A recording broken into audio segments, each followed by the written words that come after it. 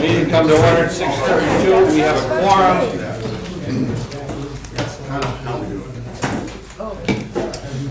Is there anyone here in the citizen participation? That's mine. Thank you. Is there anyone here who wishes to participate in citizen participation? Hearing and seeing none. Moving on to item 3, approval of minutes from September 21st and September 22nd. Do I have any motion or discussion? So moved. Seconded. There was a, like, I think there was a correction for the, I gotta find the right ones, I have them right here in front of me. I think it was the last set of minutes. The big set? The big set, that's it, the big set.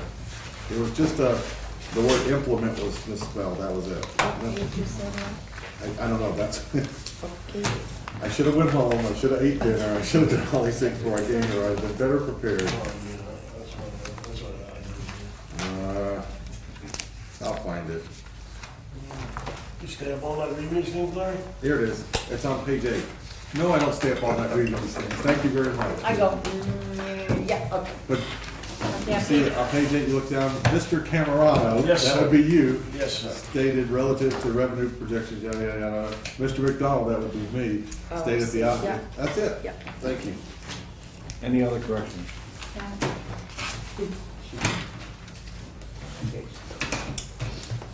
Do we approve the minutes as produced and amended? Those in favor say aye. Aye. Opposed? Ayes have it.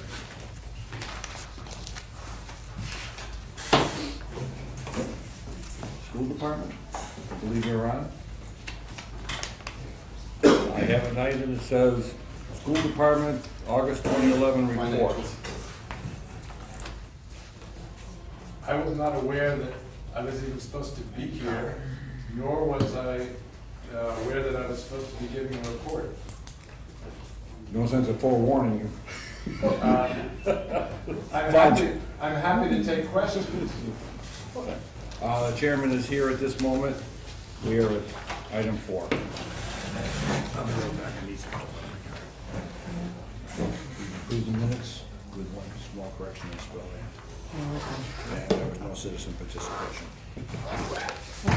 On the school report, I believe in your packet you all should have received a copy Oh, okay. of the financial report that was distributed at the school committee meeting the other day and also given to Mr. Gray. Okay. And Mr. Gray's not particularly here. They came out and heard someone asking Mr. Sweat if he was on the agenda. No, he's not. I would recommend that next week when Mr. Gray is here, that you have, if you have any questions, to direct them to him.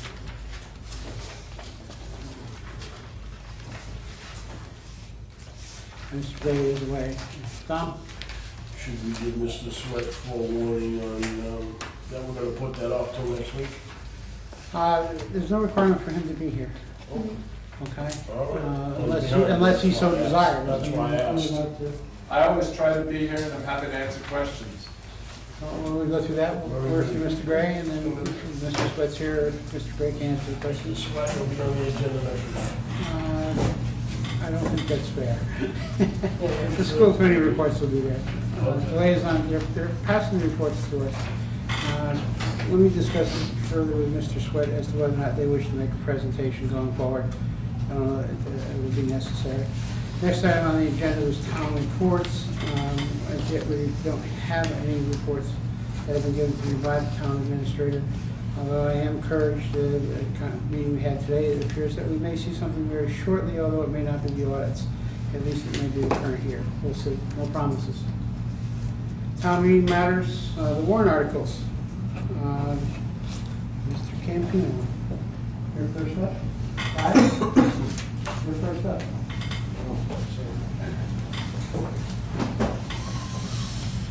Where do you want me? Up there, please. Sit where, facing the camera. Just one the camera.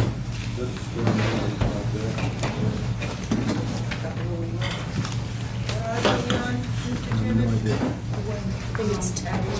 The article number, no. Yes, thank you. Yes, it is Article 10.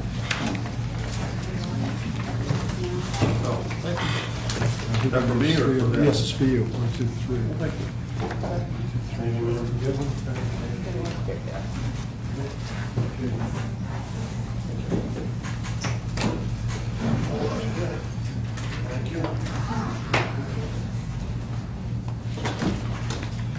That's the explanation.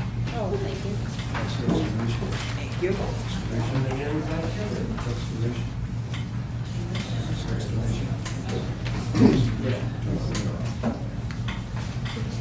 Each and every other document, sorry. That's okay.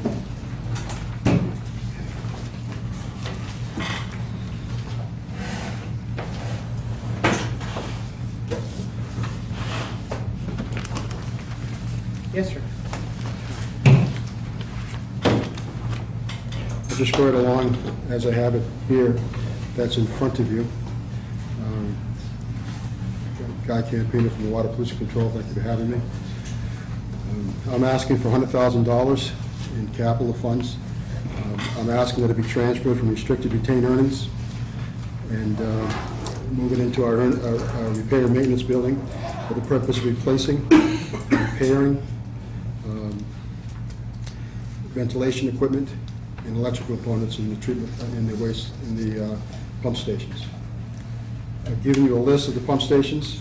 This is called General Pump Station Evaluation. I highlighted the areas that we're going to take care of. And they all deal with electrical boxes, electrical panels that are rotten. There's also 5 photos, you could follow them, that speaks to the actual conditions. So you're aware of what we're talking about. These are safety concerns. I have 480 volts that the bottom of the box are totally exposed, and I'd like to get those repaired. I have control panels that of pumps that don't pump stations that don't work. Peter Cooper's Drive 1. We have North Boulevard with no control panel, and thereby we have no generator. When the power goes out, we have to hire a pump truck to go there and remove the product because it doesn't, the generator doesn't work. And they're all here. We also have, there's a picture in there of the bottom of a pump, of a wet well with 2 pumps, that I ask people to go in daily to maintain those pumps. I also give you a picture of the steps going down to those pumps because there's no ventilation, so we have an accumulation of gas. It's deteriorating the metal. It's also unsafe. We have to use meters, and we pump individual fresh air in to get it to a good, breathable condition for the work to be done. I need to immediately address it. It's to the point now where I get nervous. And I'm asking these people in good faith, and I feel I'm responsible for their health, to send them home to their families. So therefore, I'm asking for $100,000.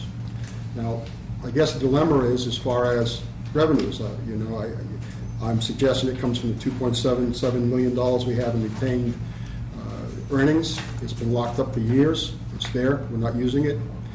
I guess we're using it for the future. And as far as I'm concerned, the future is now.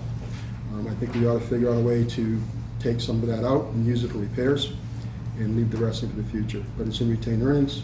And my hope was that we didn't have to float bonds or borrow or anything like that. We have money available, and I think we need to find a way to remove it from that account and make these repairs. The second item was a vehicle. We have a crane. The crane was bought, and I believe it was maybe I'm wrong, 1998 in that area, maybe 2001, I think. And the crane is to pick up pumps out of these wet wells, and it was designed for the smaller wet wells in Riverside and some of our other locations, North Boulevard, South Boulevard, and the smaller stations in Onset. And now we have a problem because the crane, we're asking that very crane to pick up larger pumps. It is very dangerous. I got a letter from one of my managers, and I actually happened to be at one of the removals of a pump and actually saw it smoke and lose ground.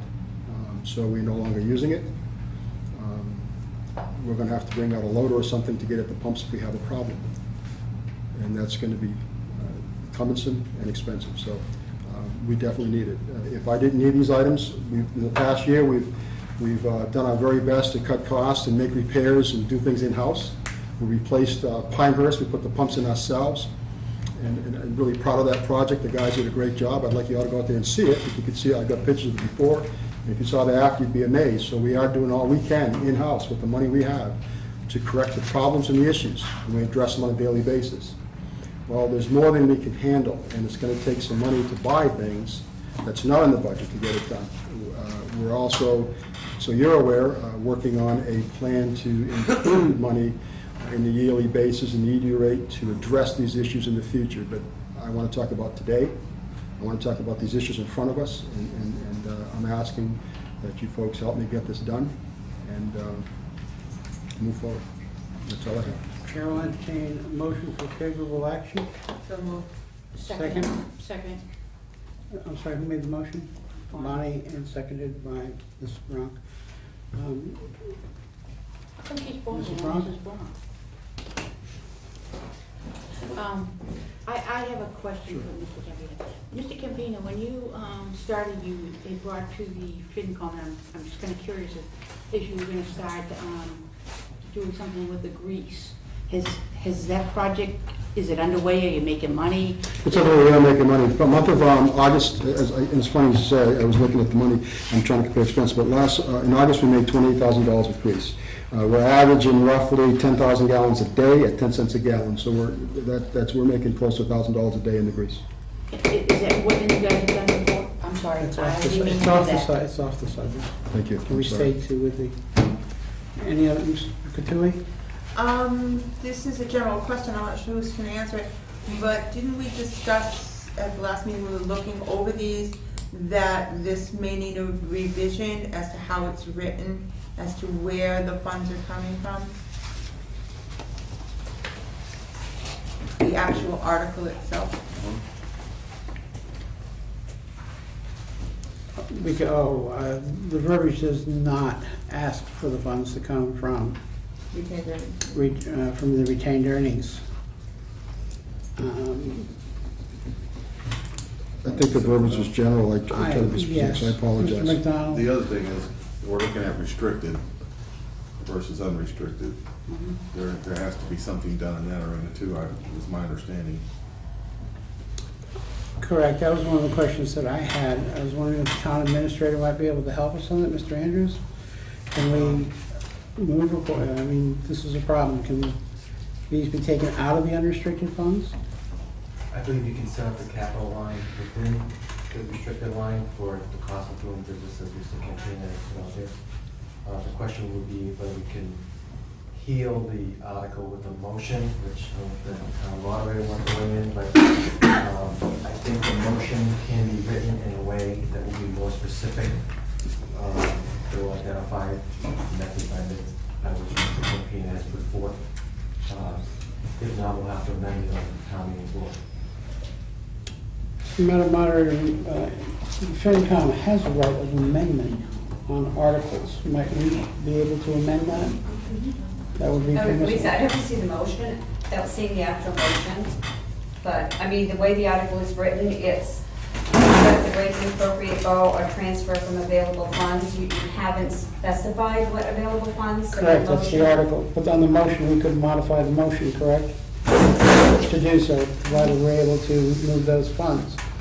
In the meantime, we have to make a decision, will we be able to move those funds? You seem to feel that we will be able to, or do we need to consult with Powers and Sullivan, or do we also need, You can pull up the enterprise fund accounting bill? pardon? Yeah, the enterprise fund accounting. Has been used by the town, so, Mr. Chairman? Yes. Given the nature of the funds that are being requested, I think it's also important to underscore that some of these electrical issues could be hazardous to employees. Yes. Some of the ventilation issues could be hazardous to employees. I certainly wouldn't want to be in the truck that's going to be moving heavy equipment in and out. If you've been in one of the pump stations, if you haven't been there, you got to get in there one time, take a look. I've been there with Chairman Cruz and other selectmen. The idea is that I would consider what he's putting forward an emergency item that would come under the well-being, keep the well-being of not only the employees, but for the best keep up with the service. So from an emergency standpoint.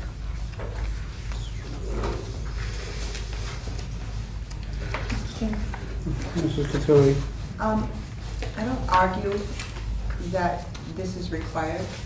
I mean, taking one look at the pictures tell me this is required. However, for clarity through the town meeting voters and the people who pay into the enterprise fund, I feel as though it's necessary that the motion be stated exactly where these funds are coming from and that this is an enterprise fund expense.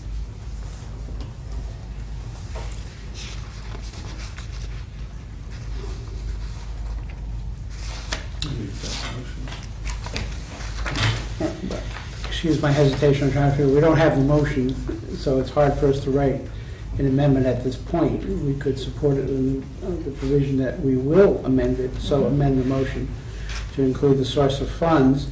In the interim, we could ensure that we can, in fact, use those unrestricted funds. If we're unable to do that, then we'll have to find another source. And the motion should be probably amended to include that sourcing if it was such. So I would think that we could approve with the, I would need to amend this motion, that we approve with the stipulation that the source of funds be identified Specifically? to the Water Pollution Control Facility Enterprise Fund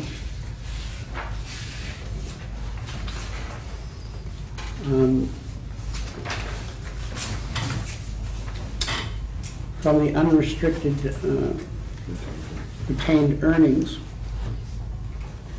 or from another identifiable source. I would change my motion to reflect that. Did you get all that? I would need to withdraw the second, and Mrs. Bronk, will you, Yes, I would withdraw the second. you modified, do you need the clerk to read it, or? I didn't quite get it. I didn't get the first part that you said, I'm sorry. Okay, I would approve, I would move favorable action on Article 10 with the stipulation that we amend the article to reflect that we can use the funds from the restricted retained earnings of the Water Pollution Control Facility Enterprise Fund or other source. Or if not, or another not. source. Do you want restricted funds or unrestricted funds? I don't know if you have, which do I want? Restricted. Well, if it's a restricted fine. It's restricted. Are you sure we can do that? No. I That don't was think, my question. I don't think you can. I don't think you can take it out of restricted. I We think it has to be in did unrestricted. it, we did it earlier this year. What do you? That's how we fixed the bridge. $36,000. We That's how can we fixed the bridge. investigate, we can always come back and amend the motion again. I think right now, tonight, we have to have it, and then we, if we're gonna support this, we need to have this ready for Okay. the charter, and then we'll need to solve this within a couple of days Yeah. as to whether or not it can be done, because it has to be written for the printed warrant. Again, we're saying if possible, so, I mean, or another set of funds. Mrs. Bronk? Mr. Chairman, I do believe that these articles are imperative to the enterprise fund, and I want to be able to make sure that we can work it so that they can get it one way or the other.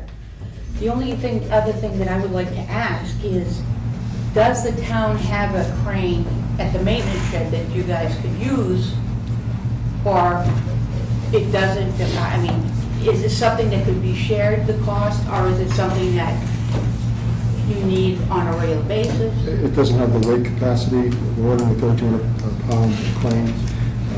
Because the real issue is when you're straight up, you get all your lifting, you have to extend out 9 feet, so you have to have 700 pounds at the end of that. And the crane we're buying has 900 pounds. to meet that capacity. The town's initial maintenance bond, the one we have, extended out is less than 500 pounds. Gotcha. So we can't Okay. pick it up. That's why we have these That was levels. my question. Thank you. Mr. Cameron?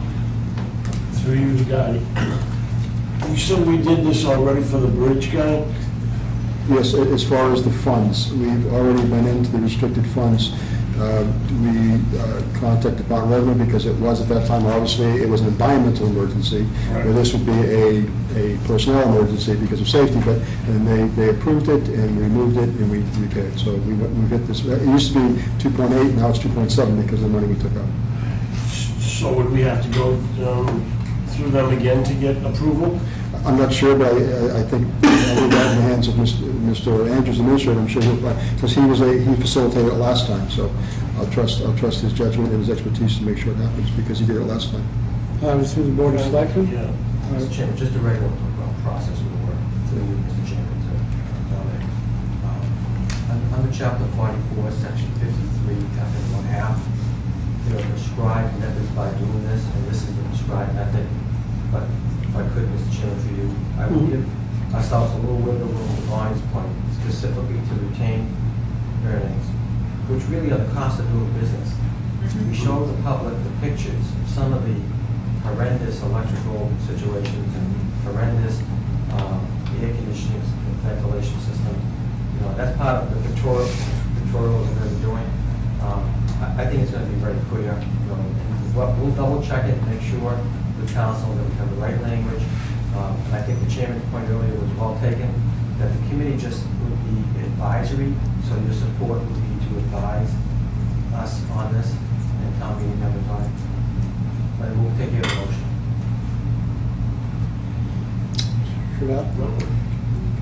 Question I have deals with, you have an extensive list here dealing with the pump stations, and you indicate an awful lot of them need work.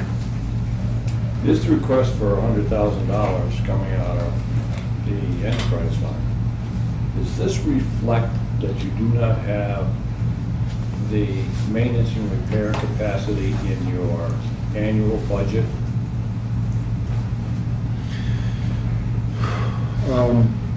It's a good question. I think it's appropriate for what I was aware of when I came on board. As I investigate and start finding problems and asking for worksheets, further investigation, I think it's something that needs to be included in all future budgets. And actual, as we move into 2013, the repair items, we're actually collecting that data now, putting some real numbers to it. We're talking about routine replacement, and some of these specific items that are on this list, we're trying to attack those and write them into the 2013 budget, which we have to, and we will address that. So we are prepared to do that. May I continue, Mr. Chairman? That would, in my interpretation of what you said, mean that the rates that we have been using in the past set by the sewer commissioners may be subject to change. It's subject to change every year. And so to answer your question, yes, they're always subject to change, yes. But as you incorporate more of this into your budget, you would anticipate that there would be a higher,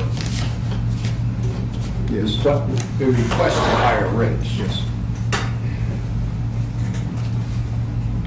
That's all I have, Mr. Chairman. One more question through you to Mark. Mark, are all of these items that are on here, do you feel are enough emergency, or should it be broken up to where not all of them are of serious enough nature to make it fly through the Department of Revenue? Mr. Chairman, for you To answer the question, Mr. Campino, you seem to indicate you're ready to answer it. Well, as I was saying, we actually picked up the ones that are to the point of safety, major safety right now. The other ones we're working with, and we've made provisions to work safely around them. These issues, the ones that we've highlighted, they're just...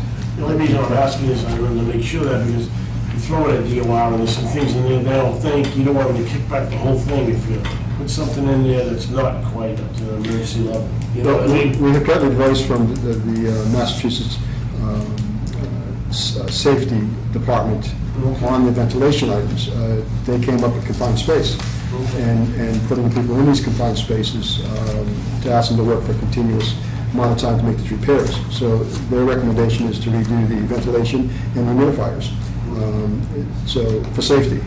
Right now, we had to go and buy some monitors so they can wear them. So as the monitor goes off, they come back up and we add fresh air. So these issues that we're talking about were definitely addressed. We addressed them as far as what we could and could not do and to work safely within the law. And so that's why we identified these. I agree with it, I just don't want to jeopardize it over something, one or two things and all that. Appreciate it. Okay. Appreciate it. Any more questions? Mr. McDonald? Just because this is my first time through this, I was under the impression that the Finance Committee had the first opportunity to make the amendment. That's what we were discussing, yes. Okay. And we're going to have to, because the warrant article doesn't contain the source of funds, and motion as written probably may not, or may, I'm not sure. We'll see, but if we have to, we have right of First Amendment. I think it's appropriate that we put it in.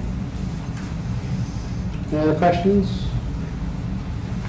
Seeing none, all in favor of the motion, signify by saying, I'm sorry? Is this the motion for the amendment?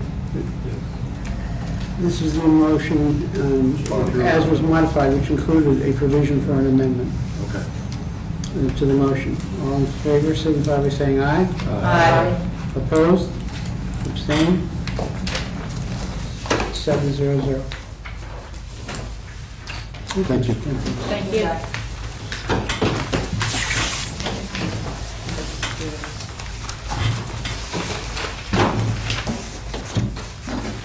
Next item on the agenda will be the harbor master. How are you tonight?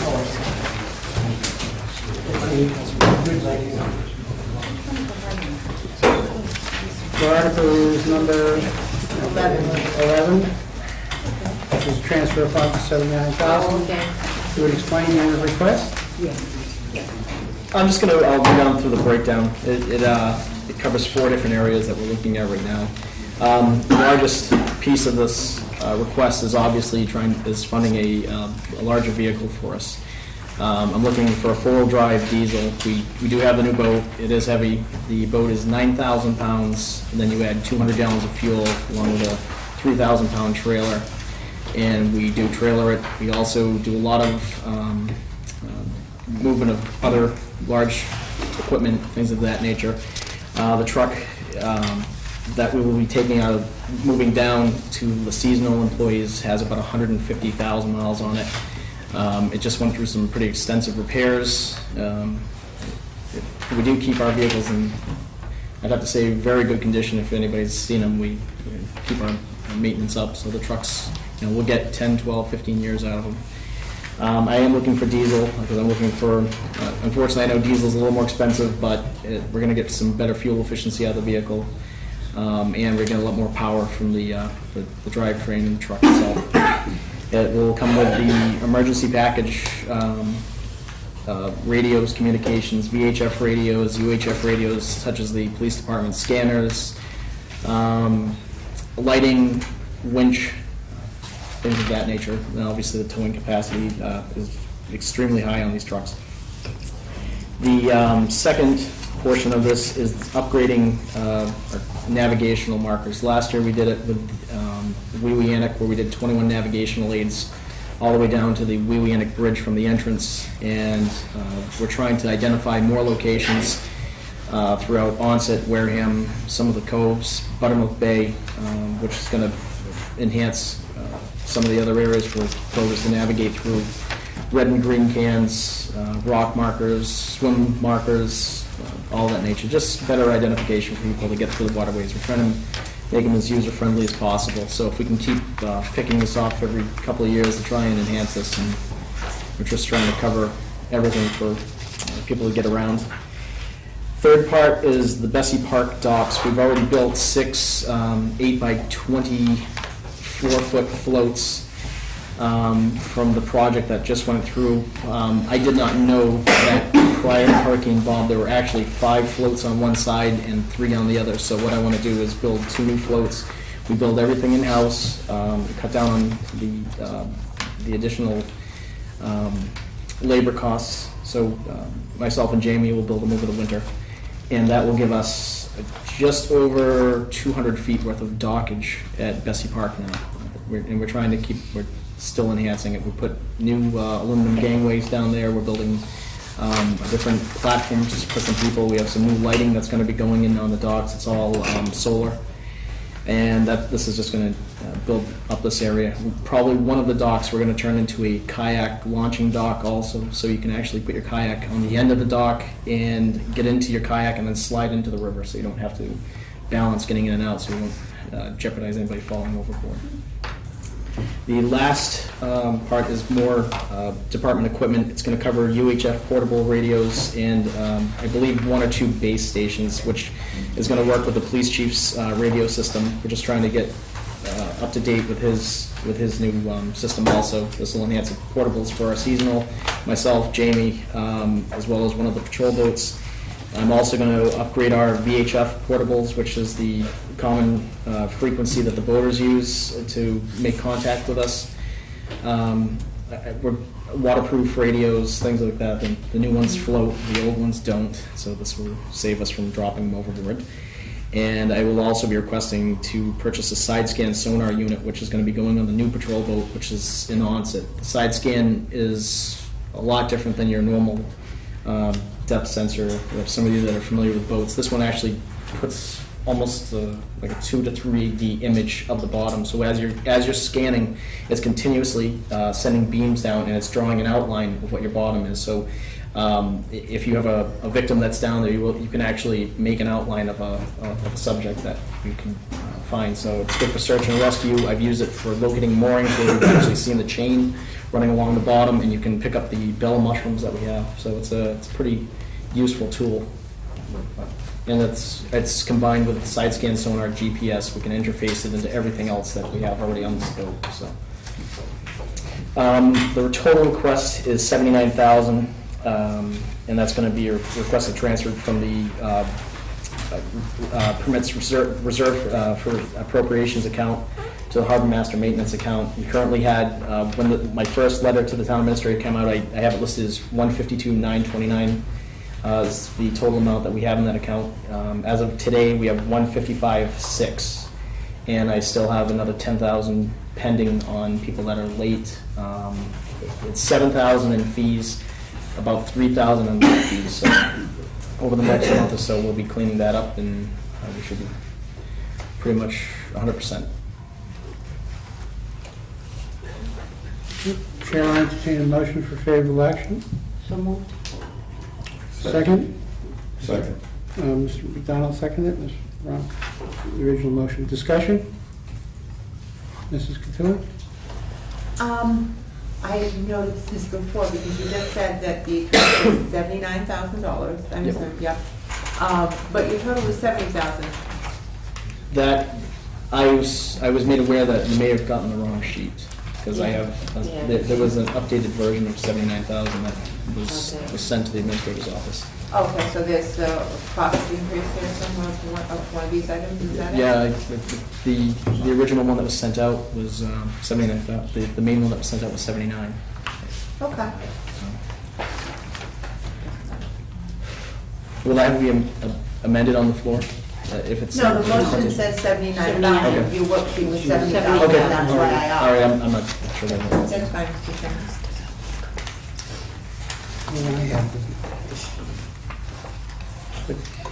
Well, this was 79. Mr. Cameron? It was 79. Remember, I had a update on the names, and then we submitted the new one. It has to be- 79. It has to That's what I'm looking It has to for. be the explanation that you're subject to revision anyways. Mr. Cameron? Through you, Frank, Gary. Your fees and permits, were they up from last year? No, we didn't change the fee structure at all for the harbor service permits, which obviously at some point we're going to end up reviewing, but we still stay with the $60 for the permit, and that's $1 a foot, so we're pretty much right on track for the same amount. We did pick up some new moorings this year, we lost some, so. Is that price structure, That would be out of order. thank you. It would be. I would say for the budget, let's make sure we have that question. Don't lose that question. Actually, Mr. McDonald. I'm not sure this won't be out of order if you don't have your gavel, so I'll probably just ignore it when you tap on the table. It's available in the vehicle. This is kind of a two-part question. I guess with that fund, you kind of have an idea of what your annual revenue is in total, which is... Yes. Which Yes, is... we do. We average about 128,000, somewhere. Right. And the second part of that is that, do you have, similar to a 5-year capital plan, of how you're going to use that money? Under the department equipment, we do. We do have some, we have to basically really focus it on things that are going on within our department. So we try not to overstep our bounds. Like, we do use the dock, so on occasion, if we can get some of these projects done, which we, benefiting our department too, we can do. But larger projects, you're supposed to use the waterways money, which is generated through the boat excise tax. And the other part of that is, do you, in your mind, keep a reserve balance that you don't go below no matter what? We try to, yes. I mean, I don't want to see below, I mean, we do what we have to do, but unfortunately, I wouldn't want to see it dip below 40. Okay. That's it. Just in case we had some emergency situation where we lost a gear case or blew a motor, I mean, you're looking at a $20,000 replacement Right. if it came down to it. Okay. Mr. Trudeau. Just a blindside, just so you feel comfortable about Okay, thank you. blindsided. There is an Article 1 that deals with some 40 defibrillators for the police department. And in our last capital planning meeting, the question was broached, and you opened the door by saying that you were going to be expending some things for radios. Can you tell me the status and/or your plans to deal with the defibrillators that you have or don't have? I have 3 defibrillators right now, 2 on each main patrol boat, and 1 is at the pier. During the wintertime, I take them out of the boats, obviously, and we put them in the vehicles. Right now, I'm just looking at service on 1 of them, which I have to get sent out to be taken care of, because it recently showing signs of in need of repair. Okay, the police department is upgrading to a model, I think 1,000 from a... From 500. Right. Do you have any plans to move along on those similar lines? At some point, I would like to. I'd like to have something that's more compatible with both infants and adults. I mean, you have a different machine that can do both, so. You've answered my question, but there was a question to Mr. Sullivan also, so thank you very much. Any further questions? Saying none, all those, May I ask a question on just on the Sure. defibrillator? The defibrillator the ones that are being replaced, are they going to be, are they being turned in, or are they available? Because if they're operating in good condition. My understanding of the defibrillators that are being, if we approve Article, a portion of Article Okay. 1, that would be replaced, those will no longer be repaired or serviced by the manufacturer as of January of this coming year. So that brings you back. The police department is trying to bring themselves to status with their defibrillators, Mhm. and the EMS and the fire department are all on the same type of, there's a word for it, Bunny has it, probes, sensors, whatever, but it's compatible.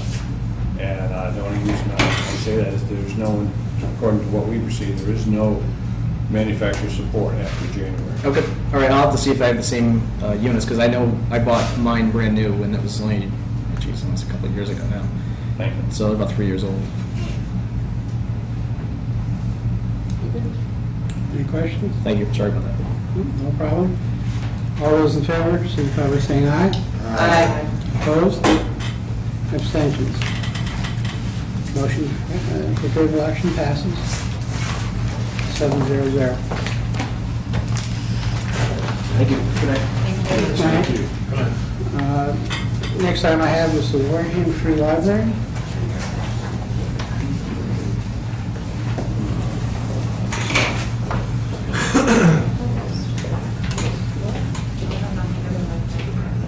to look into. The Article 2,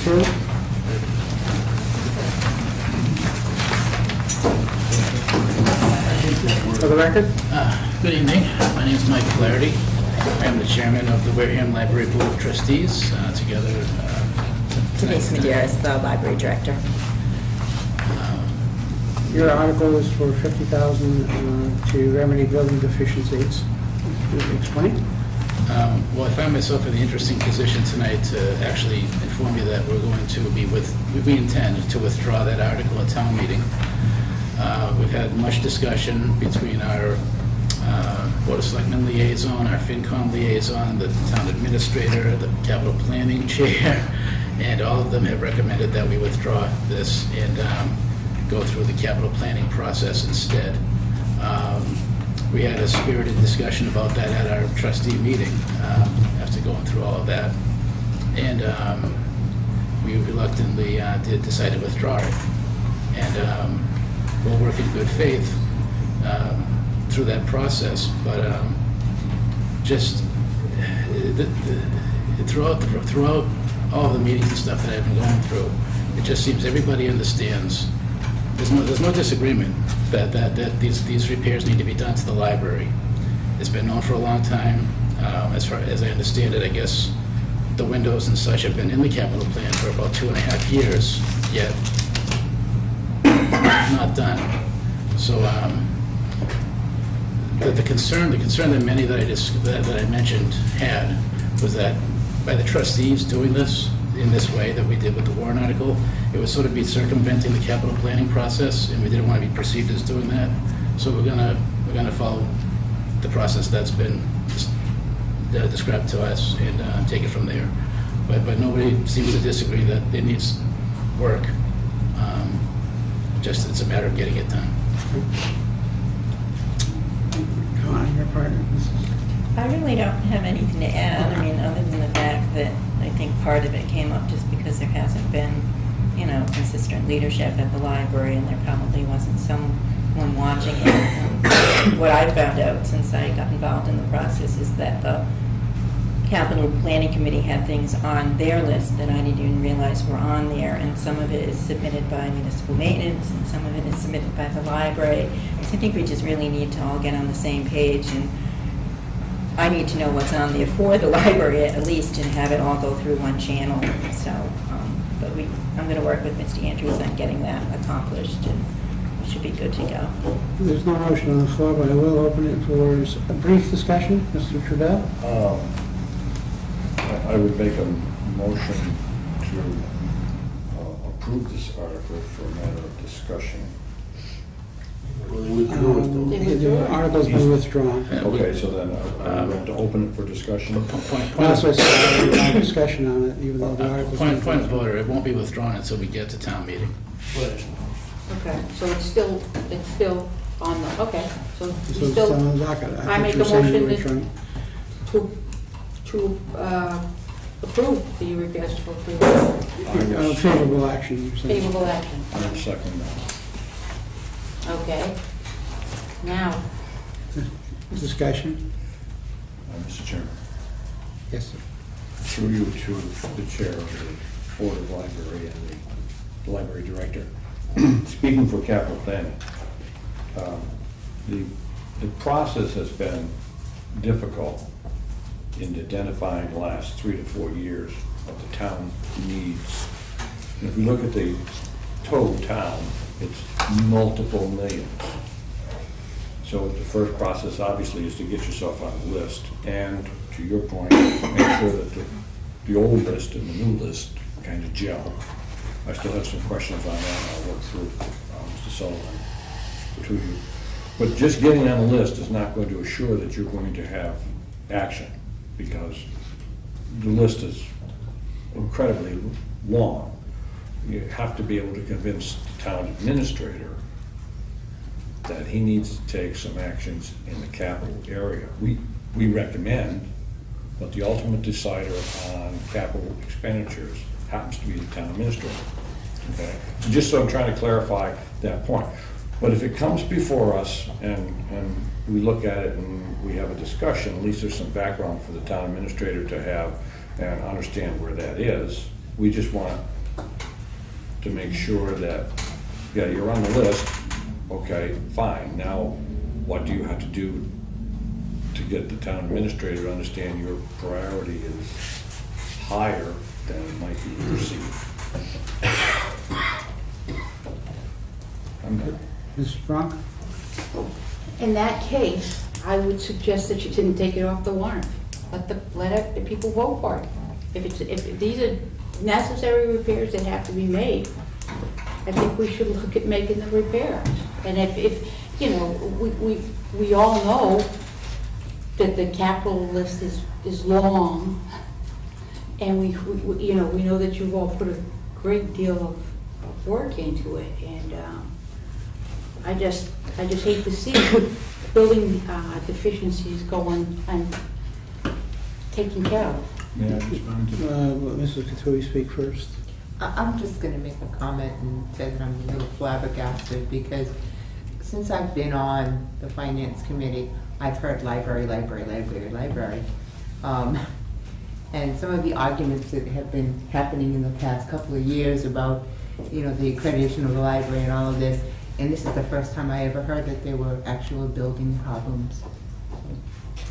Mr. Trudell? To Mrs. Brock's comment, the problem that we're encountering here, Ms. Bronk, is that we were told in previous years that we needed to install some windows, we had to replace some valves on a Sanyo ductless air conditioning dehumidifier system. We needed some painting. What we don't have at capital planning is that kind of discussion that says what happened to the previous requests dealing with the AC, dealing with a self-checkout. If those were priorities in prior years and they're not appearing on the list this year, we're having some major disconnects in terms of what's being presented to capital planning. So from my point of view, having to go forward to town meeting is not necessarily a positive thing. Everyone knows how I feel. Most four-letter words are bad. The library has one in it, free. Okay? How do you want to run something when everything is free? Okay, you need to find some way to make some funds out of it. That's my opinion right there. Four-letter word is bad. Mr. McDonald? I will not address that comment. I just leave that right. There's no doubt that as a former library trustee, even though short term, there's been some turmoil at the library, and I think that's probably added a certain element to this where there was some confusion. What was wanted before is probably not what's needed now, and I would suggest to the library board of directors and also to the capital planning to get together and do a 5-year plan that makes sense, because I think we're now a little more stable. We have a stable group. We have a stable leadership at the library, and it needs to have a good long-term look at this and do it right. And it is a need. I've been over there. Trust me, it is a need. It's just a question of, with $98 million, how do you make everybody's needs go away? It's a difficult task. To respond to that. Mr. Trudell? 2 capital planning meetings ago, the town administrator and I believe the chair of capital planning and the rest of capital planning were in agreement that there is a need for the library, the town administrator, capital planning, the trustees of the library, and the friends of the library need to sit down in a room and have a meaningful discussion of what is going to be supported, what can be supported. From my perspective at this point, the ball is in the town administrator's hands to try and get all the players in there. Given the urgency of town meeting, I'm not sure that might be one of his highest priorities at this point. But I would think after town meeting, we might be able to resuggest that. Excellent suggestion. I'd just like to respond, particularly to Mrs. Brock's comments and Mr. Trudell's. Mr. Trudell, yeah, it's been a learning process for myself as well, and I've come to learn that, yes, you go through this capital planning process, And really, that capital planning list of items is really a wish list. You know, sometimes wishes come true and sometimes they don't. And sometimes they're pipe dreams, you know, and that's why we reluctantly pulled this, because we thought, you know, at least it went to town meeting, and if the town meeting voters voted for it, then it would be guaranteed. But again, I mean, it's tough to do when you had the town administrator, the board of selectmen liaison, the FinCom liaison, the capital planning chair, everybody telling you, don't do it, pull it. So that's why we decided to pull it. But, I mean, to Mrs. Brown's point, yeah, there is certainly quite a few people saying, no, just let it go through. And we're not, the trustees aren't ready to do that right now. We'd like to work in good faith. But if it doesn't work out, we just might come back, and it'll be for more than $50,000. Just, I mean, because these things just get worse over time.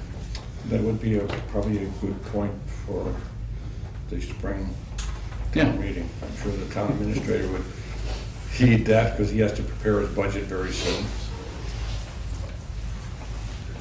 Any other comments? Mrs. Brown? Well, I commend you for working with the different boards, and I think, you know, I think that's a good way to go. But I can tell you, I, for one, if things don't get taken care of, which I'm sure that I'm sure that everyone involved is going to work with you in good faith, but I'm sure that, you know, we will be looking to work with you in the spring if things deteriorate or don't improve. I appreciate that. Any further comments? Mr. Flaherty, I would say to you that the capital planning list is not a wish list. All right, it's a list. All right, and the 90 million that's on there is very real. All right, and there's been a lot of surveys done, and some of the items that are on there will also require funds just to do engineering studies, et cetera. It really comes down to a list of as to what the town can and can't do. And every day that goes by, I think you're right, yes, we do have a problem that list keeps growing and the value of the list keeps growing. And at some point, the town will have to address it. There's always a temptation to handle the Band-Aids because they're the most inexpensive. But in the meantime, as you heard here tonight, we're having problems with cranes, we're having problems with pumps, we're having problems with our water pollution in the enterprise. We've also had problems where for a long time we didn't have a solid plan on replacing our cruisers, we didn't have a solid plan on our school buses. You'll hear more of those types of things tonight. So I would hope you would understand that it's not really a wish list, it's a priority list, and I know you have a tremendous amount of sympathy in the town. All right? And there's always a danger when a single group comes out outside of the process and says, I don't want to be included in the priorities, I want special treatment. I commend you for taking this position, and I understand why it happened. All right? And I really, please express my gratitude as chairman of the FinCom to the Board of Library Trustees, all right, that they've made this decision. I appreciate it. Thank you. Is there any further conversation? We do have a motion on the floor for favorable action.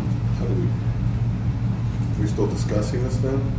No, I'm asking if there's any further discussion, and then we'll take a vote. Unless you wish to also withdraw the motion. I can withdraw. What was your motion? Wasn't it? No, I seconded, but I had a question. Yes. We have the option of saying aye, nay, or abstain. At this point, the committee needs to indicate to the town something. I recommend that we give consideration Not if to it's going to be a abstain. withdrawal article.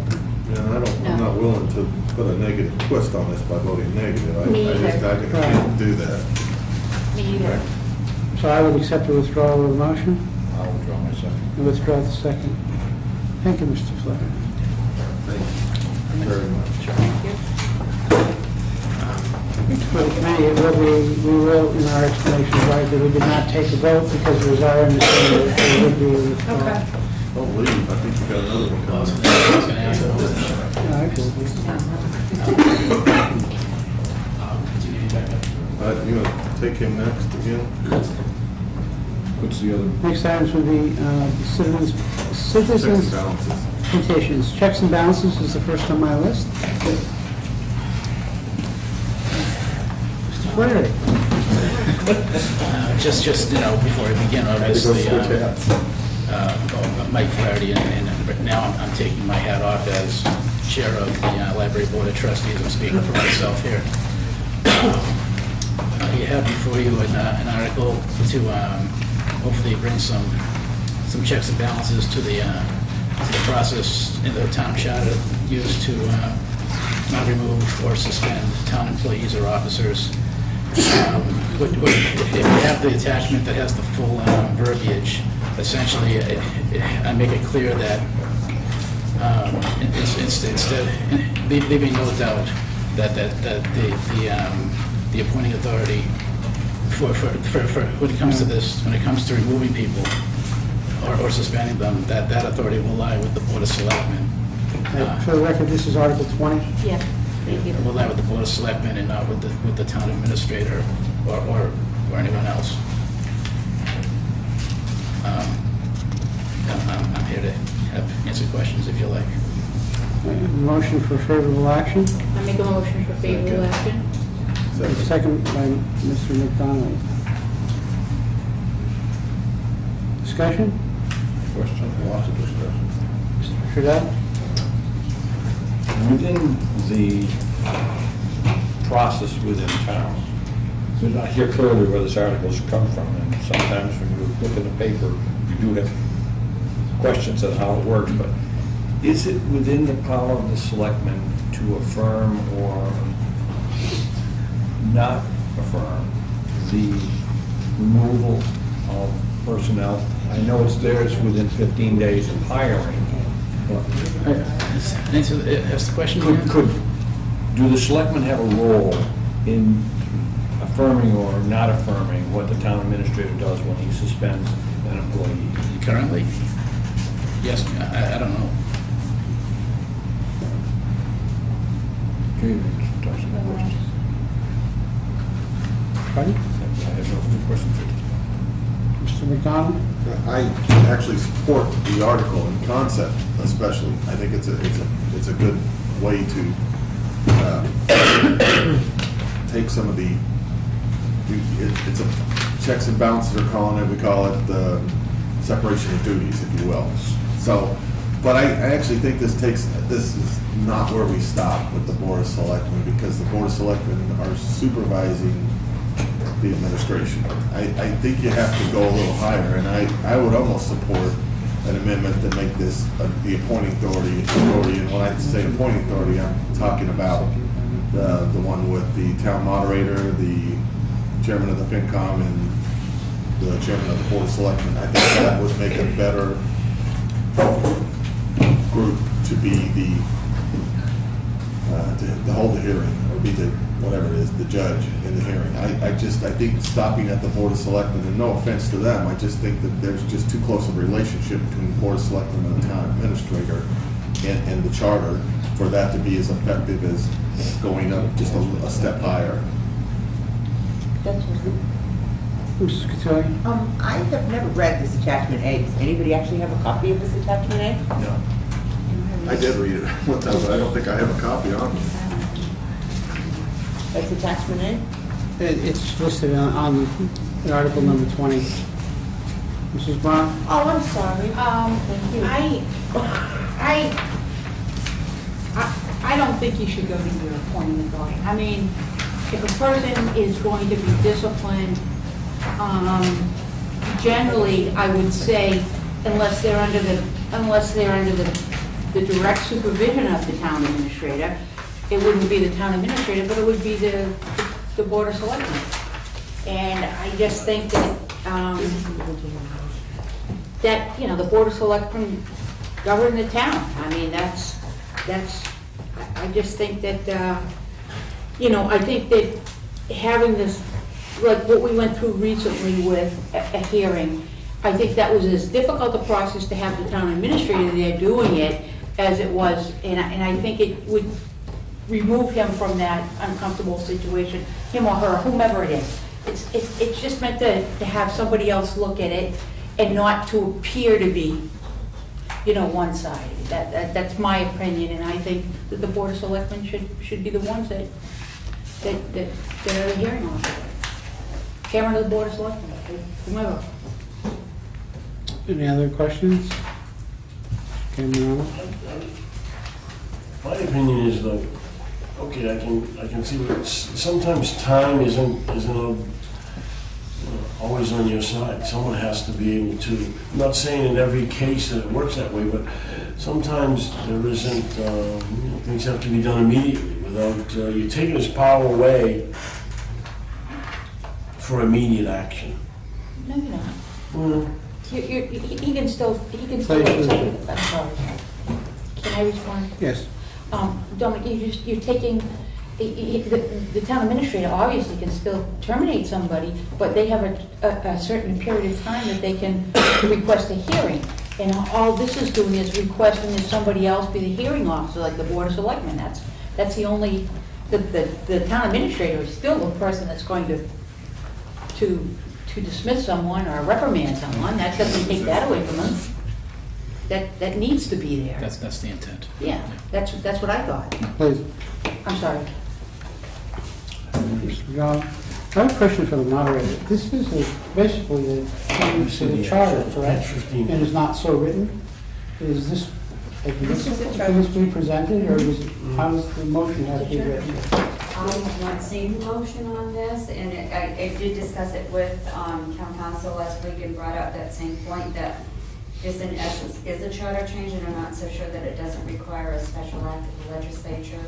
I'm hoping that if it comes in this week, I'll get to meet with them again and discuss it further, but my initial reaction was that it might require a special act of the legislature. I think it comes under chapter 89. The charter changes, so we have to probably do a little homework on it. My second question would be, what vote is required at the town meeting?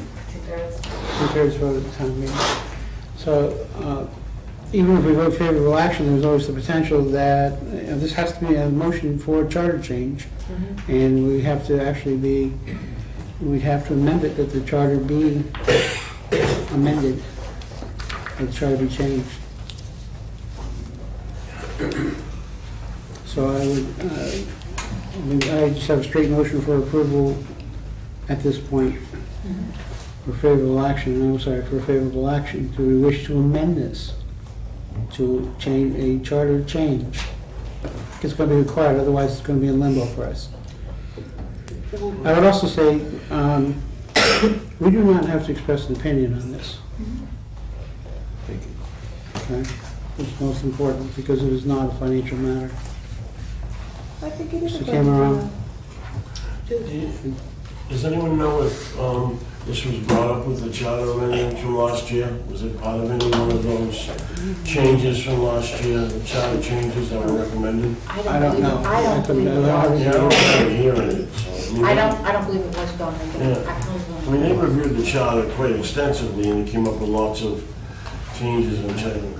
If that wasn't one of them, and how important it actually is, that board went through the charter quite extensively. Mr. Fidel?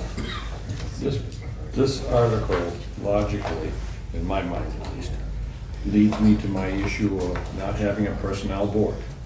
We're saving money by knocking off the personnel board, so we don't have any records of when people get raises, when they get merit reviews, and then we turn around 3 months later and we discharge them.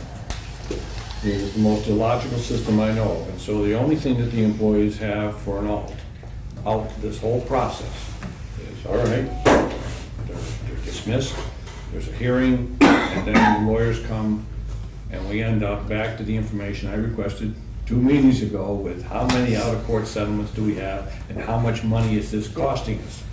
And I think if we really looked at the question of how this is done, we know it's flawed. Not the article per se, but the process.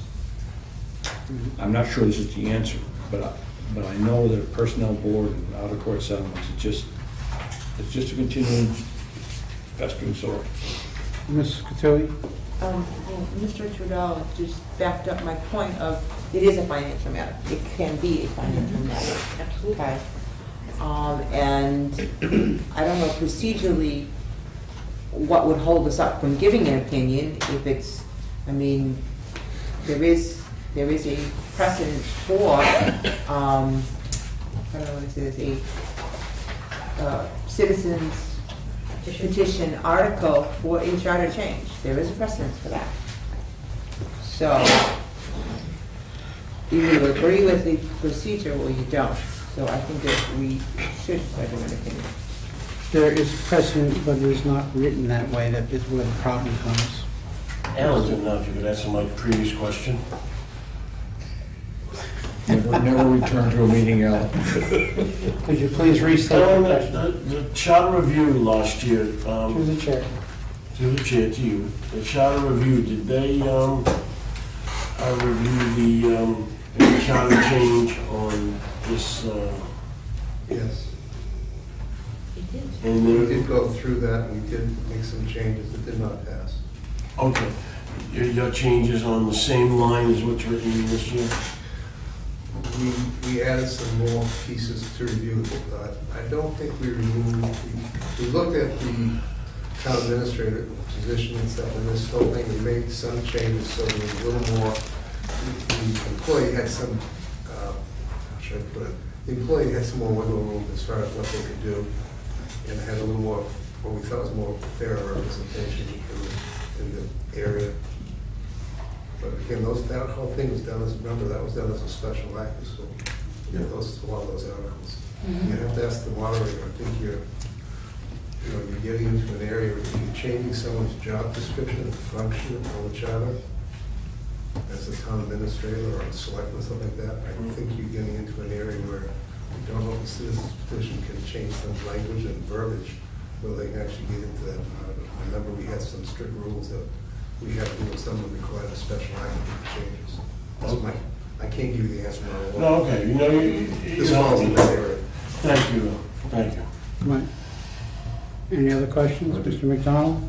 Correct me if I'm wrong, because I haven't been in Wareham that long, but up until a certain point, it was done by the selectmen. Is that correct? In that, at some point in time over the last few years, if they had a hearing, it was changed to the town administrator, I believe, under a prior town administrator. Does anybody know? There's been no charter change. I don't know. It was not, the selectmen did not serve as the, The current charter has been in place since, you would best know what. it's not the charter, it's just the way it was done. That's what I'm saying. It's This been may just be an amended to 10 years. interpretation of the. I also don't know, so does anybody have, nobody seems to have an understanding of that it might have been done that way. Okay. Any other discussion?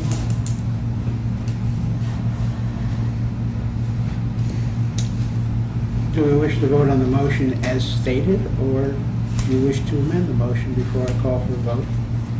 I must caution you, as written, it will not support a charter change to the... Mr. Heath? Yes, Mrs. Mr. Brown? Chairman, I think that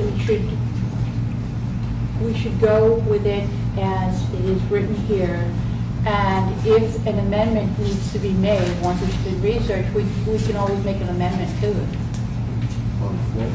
Yes, we would have the right to make an amendment on the floor. I mean, even if we pass it, I'm not saying if we're going to pass it or not pass it, but I'm just saying, let it go the way it is, and let's see if and we have the first option to amend it. Yes, we do. Any further discussion? All in favor? Aye. Opposed? Opposed. And opposed as well. Three on your post. 3 on the opposed? 3, it's 4-3.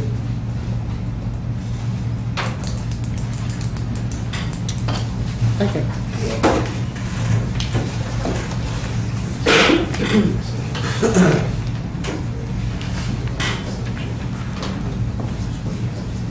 The next citizens petition would be for the purchase of the Bay Point Country Club. Do we have anyone who speaks on behalf of that? I don't want to buy the Bay Point Country Club. I'm sorry? I don't want to buy the Bay Point Country Club. I could weigh in on collective bargaining articles. Yes. Is that okay, Mr. Chairman, for you? If you're in place. Mr. Andrews, the hot seat. Well, Nice try, sir. Working off, through you, Mr. Chairman, thank you. Working off of the timetable that we had talked about last meeting, we brought forward two prospective collective bargaining agreements to the Board of Selectmen last night that met in executive session. They have received those articles. They're reviewing the language for the contract for they're part of the process. And they will be meeting next Tuesday, again in executive session to further discuss the articles that relate to those two contracts. So we tried diligently to get the process rolling forward with respect to your timetable, but it might take more than what we have. And I've advised the board to obviously to make whatever modifications, adjustments that they feel that they need to make on the agreements. And so it might take a little bit more time than we anticipated. Just want to make sure that folks understand that. Okay, good. Well, we will take no action on these articles at this time because we. That's fine. Because, we have no numbers. I understand that. But So my understanding is there is an appropriation already in force, all right? That was done as There's a reserve account. There's a reserve account, and that would That's stand until such time as we're able to make. You are correct. Thank you. Okay? Okay. Thank you, Mr. Chairman. Thank you. You're welcome. I have nobody to speak on behalf of the Bay Point Country Club. I need a motion for favorable action. Make a motion for Mr. favorable action. And do I have a second? Second. I have a second from Mrs. Chacula. Discussion? Yeah. What are they thinking? Come on.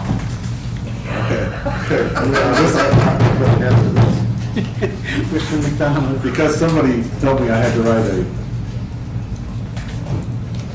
a pro opinion of this, I went back and did a little research. Now, I'm not saying that I support this article, but if I did support this article, I would only support it from the standpoint that if they bought the country club, Yes. they put a management company into place to as caretakers and also whatever, the golf course people, and utilize this as a new revenue stream.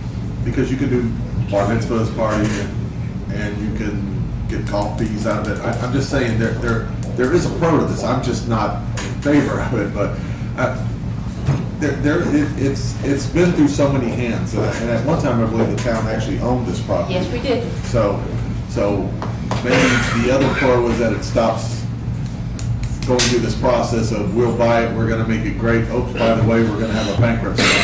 And that's certainly something we want to avoid, but at the same time, it's a lot of money, and I don't know that our administration wants to get into managing a golf course. I know we. Cameron. I had the right to comment, and we already tried that. The town already ran it, and they already did all exactly what you said, and they couldn't make money at it. And two other major people have bought it, and they're trying to make money on it. Nobody can make money on it. I don't think we should even go anywhere near it. Mr. Trudell. Not here to judge. Actually, there's a lot of reasons that you should, and there's a lot of reasons you shouldn't. One of the things that strikes me about this is indeed municipalities do well at spending money and supporting human services, and businesses do well by making money. Businesses have not been able to make money at Bay Point Country Club. I don't reason to think that we, as a municipality, can turn around and demonstrate our skill except for losing money at it.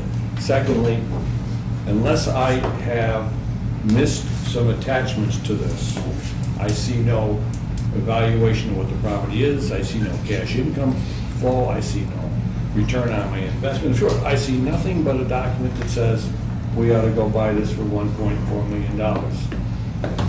How anyone thinks that you could spend $1.4 million without any kind of documentation and support is really a stretch of the imagination. So, though there may be some compelling reasons, Mr. McDonald, I'm not seeing, Mrs. Brown. Well, I'm a golfer, and I like to golf there, but I do know that golf clubs are hurting desperately in these economic downturn. And if there was a way to feasibly if there was a plan, a business plan presented to us, that we could feasibly do something like this, I personally don't think it's out there right now. And I think that the times are difficult now, and I couldn't support it without a full-fledged business plan. And I know golf courses are dying right now. That's all I have to say. Come around. We sold it at the height of the market for $1 million. Exactly. Wants to buy it back for $1.4 million in the lowest point of the real estate market. Doesn't make a lot of sense, guys. Mr. Paulson, you've been quiet tonight. He doesn't play golf. There's nothing about a roof is coming. I was gonna say, there's no roof. Their roof is falling in. But my time will come.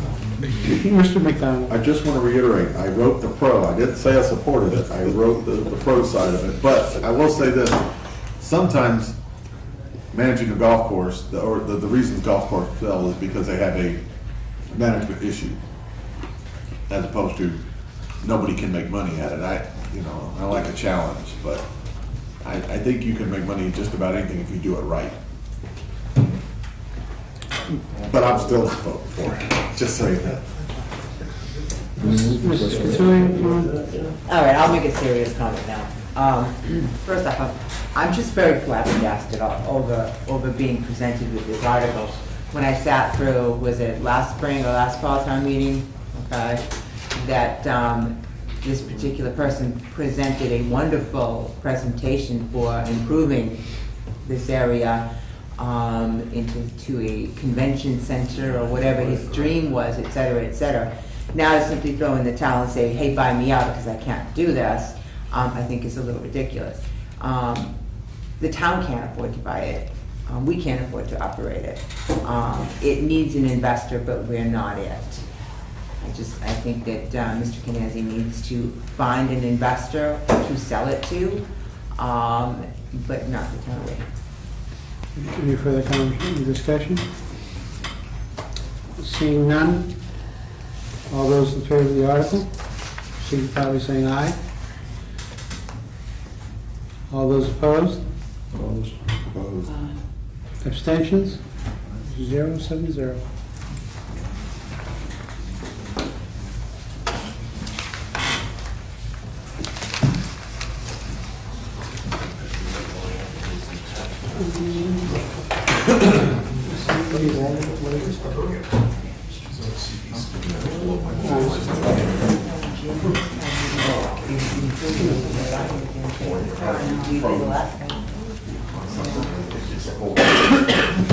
Very good. I knew you'd make it. Waiting to see the chairman of Affordable Housing Trust. She's in the next room, if she would come over and speak. In the interim, one of the things I would bring up, all right, is the question has come up as to moving the question in the committee. On Robert's Rules of Order, we act and function as a committee because we're less than 12 members. That allows us to do far more discussion than we normally would under Robert's Rules. Robert's Rules says that each person gets to speak once unless allowed by the remainder of the body. That's also one of the reasons why I also move sometimes to committee of the whole. Under Robert's Rules of Orders rules for committees are designed for the free flow of discussion. And the Robert's Rules specifically states that any motion to limit or terminate debate, right, is not acceptable. I have the book, I can show you where it is. The idea is on the committee, it's there to do a free flow of information. It's up to the chairman to make sure that it doesn't grab its tail and run in a circle, all right? But moving the previous question typically is not allowed. Actually, it's not allowed according to Robert's Rules. And I'm trying to give you as much flexibility as I can in the times unless I do push us into committee of the whole so people can have a free-flowing conversation when it's appropriate. All right, but so everyone understands. I'm not trying to be testy on the things, but it's just, and I understand why that rule exists. And I know as the conversation goes along, sometimes you hadn't thought of something, somebody brings another point, and it's, oh yes. All right, and I have to commend the committee. I think we've been very good over the course of these deliberations as far as not repeating ourselves many times over. Sometimes we get a little close, but in general, it's been very good, a good conversation. It's still early. Pardon? I understand that. I'm going to push the affordable housing article back, and see when Mrs. Slavin can make it. The next one would be article number 3, which would be the distribution of the local option unit tax. Presented by the Capital Planning Committee, so Mr. Trudell. Thank Would you. you like to take the hot seat on this particular one? So Sure, I'd be delighted. So they can hear you. Very hard when I'd be delighted to sit there and mumble. Oh, it's good to have a proponent like that. If you would be kind enough to explain the article, unless Mr. Slavin would like to. You're the chairman. Would you like to sit with Mr. Trudell to explain that, Mr. Trudell? Listen, after he nailed me, there's no sense he's going to volunteer. Okay. As you recall, Article 3, Capital Planning Committee put this before us because we passed the 0.75% option meal tax in the Springtown meeting. However, there was not during that meeting, it was inferred that there would be an equitable split between the school and the town for capital planning. I call that good salesmanship, but we'll touch not onto that. The fact was that this money, as projected, was placed into the town administrator's budget, and it went into the general fund. That's where this money goes.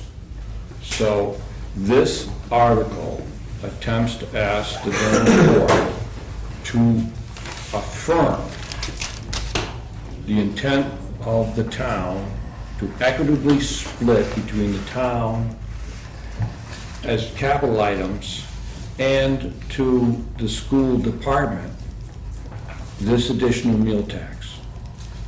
That's the basic explanation of what the intent is. Have a motion for favorable action. So moved. Second. Mr. McDonald, the motion, Mrs. Bronk, the second. Discussion? Mr. McDonald? Where do we start? We heard the other side of this the other day.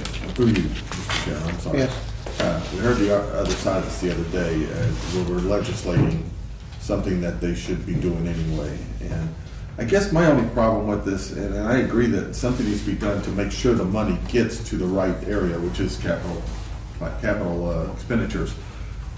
Why the 50-50 split? And the reason I ask that question is because if the school has more needs at one point, or the town has more needs at one point, we're locking them into a 50-50 split, and there's no flexibility there. If this is the way it's voted, this is the way it is, and I'm not real comfortable when we could possibly have a situation where the town needed more, or the school needed more, and you have that flexibility to use it that way.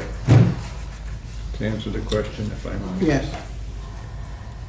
As it's configured now, it goes into the general fund, and the only thing that the town is responsible to the school department for is the, I think it's the non-net spending at the bottom of the school budget.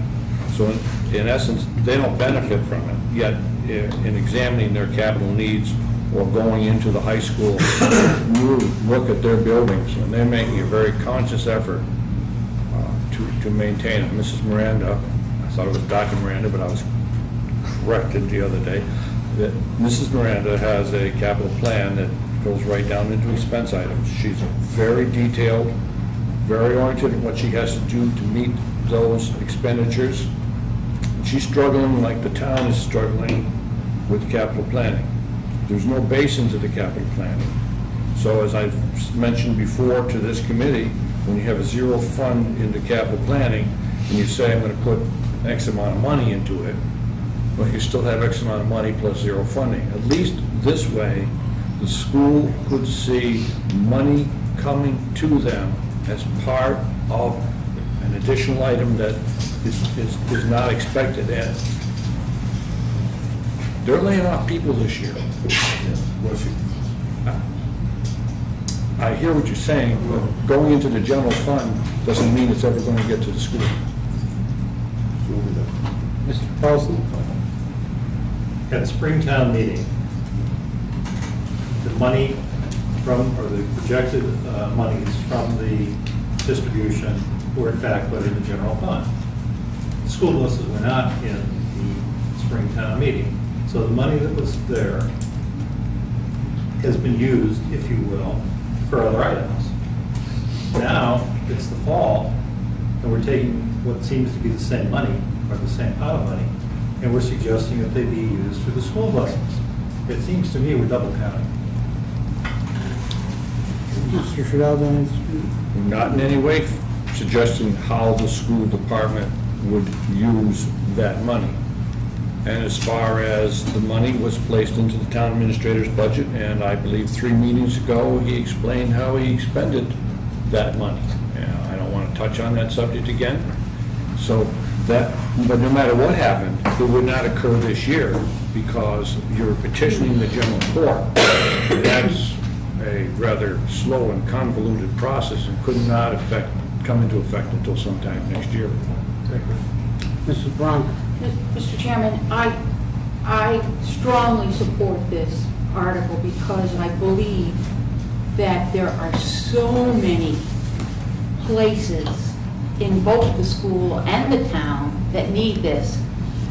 We're not going to have a problem of the town getting one. This way, the school's going to expect that they're going to get half of what comes in to go toward their capital needs, which they have a tremendous amount as well, and the town will get half of their capital needs, instead of it going to wherever one wants it to go.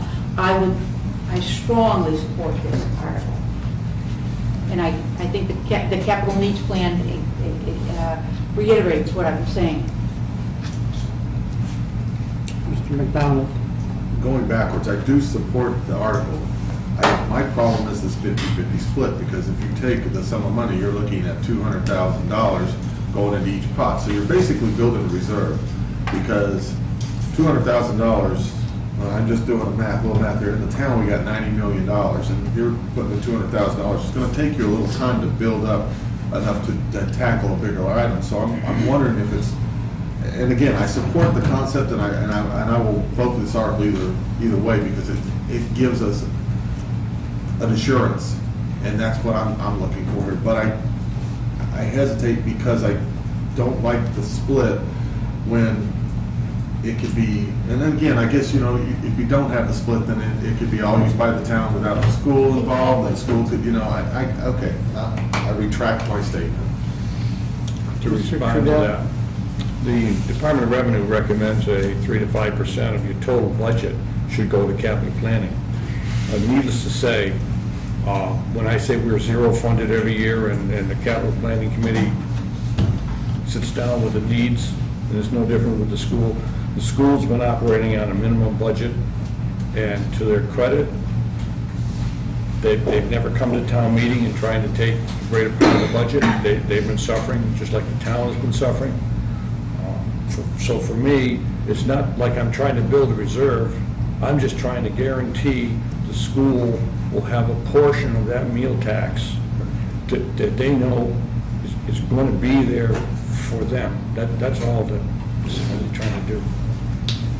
Ms. Cattoon? Well, I obviously am in the minorities here, but I do not see the purpose of this in any way, shape, or form.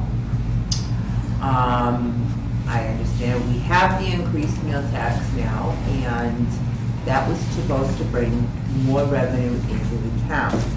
I think to limit ourselves in doing any sort of 50-50 split in designating funds to a specific expense is just tying our hands in a way that we don't need to be tied right now. We understand these capital needs are there, and I believe that the town administrator, the board of selectmen, and the finance committee are all working together to try to meet some of these needs of this capital plan, and we should continue to do that, okay? But we're talking $386,000, I believe it is, okay? It's not a lot of money, right? And whether it goes into the general fund and capital planning and the town administrator get together and say, this is what we can afford to spend that on this year, then that's what needs to be done, because you're gonna take the $386,000 and split it half of each department. Now you've got even less to work with, all right? I just feel as though it is counterproductive and doesn't get us anywhere. Any further discussion? Well, yeah. What was the one point? Go ahead. And this is goes to my esteemed colleague across the table. I don't think if we don't do something, we're going to end up worse than we are now. Because up until now, they've seen fit, and I don't say who they are. I guess the selectmen and the town administrator fund however they felt, and ignoring the capital needs, or you don't get to a $90 million figure because people are paying attention to capital. So this is not so much it may be a drop in the bucket, but the reality is, if something's not done soon, that 90 is going to grow and grow, and our infrastructure is crumbling. So if we don't have preventive maintenances in place, if we're not taking care of our capital needs on a timely basis, and then that has pretty much been proven out, and I guess I'll let capital planning address the rest of that, but this is a step in the right direction for us to guarantee that a portion of the revenue that's coming in will be put into a capital. What is this? You send that over there. This is a guarantee that we're going to get money towards capital. We're not going to put all our money into the operating budget and ignore capital. We have ignored capital. Historically, we're obviously not the best at planning for the future with our capital. So this is a start. Thank you. Sorry. Any further discussion? May I? Go ahead. May I, the chair will speak to this one Okay. too, because I was on record the last time saying that I agree that it should go to capital, but I did not agree with any split. All right, because as previously been said, you don't always know where the crises are going to come. I just wanted to bring that up as well. And so I also remember that we wanted to state it a certain way, but couldn't because it was going to take we had to pass it as a tax first, right, much to the chagrin of some members of the committee. And then, you and me, Bonnie. in doing this, so we could not at that time direct it towards capital versus operating expenses. So I'm disappointed to see the 50-50 because I thought we had discussed that and said, no, not a great idea. However, I think some action has to be taken to make sure that it at least goes in that direction. And then we can debate whether the buses belong to the schools, the town, or jointly, hopefully jointly. Mrs. Cattouli. No, I think you kind of nailed it. I think that really is my point of that things weren't done, right? And I think that the current administration, and then I'm talking all of it, I'm talking about the Board of Selectmen, the Town Administrator, the FinCom, Capital Planning, have gotten on top of this, okay? And we're not gonna allow that to happen again. For years and years, things were ignored. They just went along and survived, whatever, operating expenses, whatever needed to be done, threatened to turn the lights off because we didn't have the money. I don't see that happening anymore. I really see people being involved and staying on top of things. And I think we need to let them continue to do that, and get these improvements without $386,000. Any new items for the discussion? Seeing none, all in favor of the motion signify by saying aye. Aye. Opposed? We are 4-3. I'm sorry. I have to abstain. I've been I'm testifying sorry. here. Ooh. We are 3-3-1. Is that an arm wrestle at this point? 3-3-1. Does that mean it loses? It means it It loses. fails, Okay, that's fine. Do you want to use I my just negative? feel that since I'm making the presentation, I can't vote on it. Mr. Chairman? Actually, you could, I mean, the vote's been taken. If I could, I would change my vote. I felt during that conversation it wasn't proper for me to do so. All right. We were scheduled to have a majority opinion and a minority opinion, a pro and a con written. David, you were going to write the pro, Bonnie, you were going to write the con, correct? You have it. Yeah, And you both have it. So we'll present it that way and we'll present our vote. Okay, but we're... You want to tweak my verbiage on it? No, well, yes, probably, but I don't remember what you wrote, but all right. Yeah. But I think we can just state our vote. All right, and I think what we'll do is we'll state that we voted 3-3-1, which is basically a tie. Okay. Okay. Are we going to be discussing Article 1, and should I move, or should I just sit here and... I would ask the chairman of the capital planning to please step forward to discuss Article 1. Don't we want to do affordable housing? She's got to Pardon? be for that. Oh, I'm sorry. We have to go back. Thank you. We're supposed to do the Affordable Housing Trust article, which is Article number 19. Thank you for your patience, Sandy. Thank you. Trying to cut down on minutes of overtime. Sandy Slavin, Chair of Affordable Housing Trust. This is an article that was brought forward by the Affordable Housing Trust to work toward getting the, what is referred to as the accessory apartment in town, get them, if they're pre-existing, unpermitted, we're trying to get them identified and brought up to code. And before any discussion happens, there was, when brought before the Board of Selectmen a couple weeks ago, there were a lot of questions as to which article the particular town council, Jay Tallerman, was speaking to. One of the Board of Selectmen wrote directly to Jay Tallerman asking him to confirm which of the two articles he reviewed. He came back and he said he was referring to the one in the Affordable Accessory Apartment Program. I have his response. He is suggesting that we hold this article, do not continue with it. He has some issues with some of the words on it, including the statement of 40B. But until my committee meets and votes on it, I cannot do anything other than carry it forward as an article. Chair will entertain a motion for favorable action. I'm not sure how it works. If you want to discuss it, you have to. Oh, so moved. Oh, she said it first. Oh, I'm sorry. Mrs. Capri. My esteemed colleague. Mr. McDonald. Second. Discussion? Mrs. Katui. I'm a little confused. So it's the opinion of council that there are some wording problems.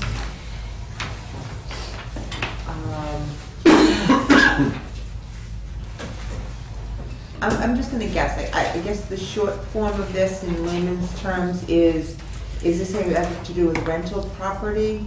Yes. As far as, I've heard this before, as far as the making sure like units are inspected, et cetera, before they take in a new tenant. Is that the point of this? No. No. The answer is no. May I? Yes. These are apartments. These are apartments that are in someone's garage or in someone's cellar. That is not on anybody's radar. They are illegal, unpermitted apartments.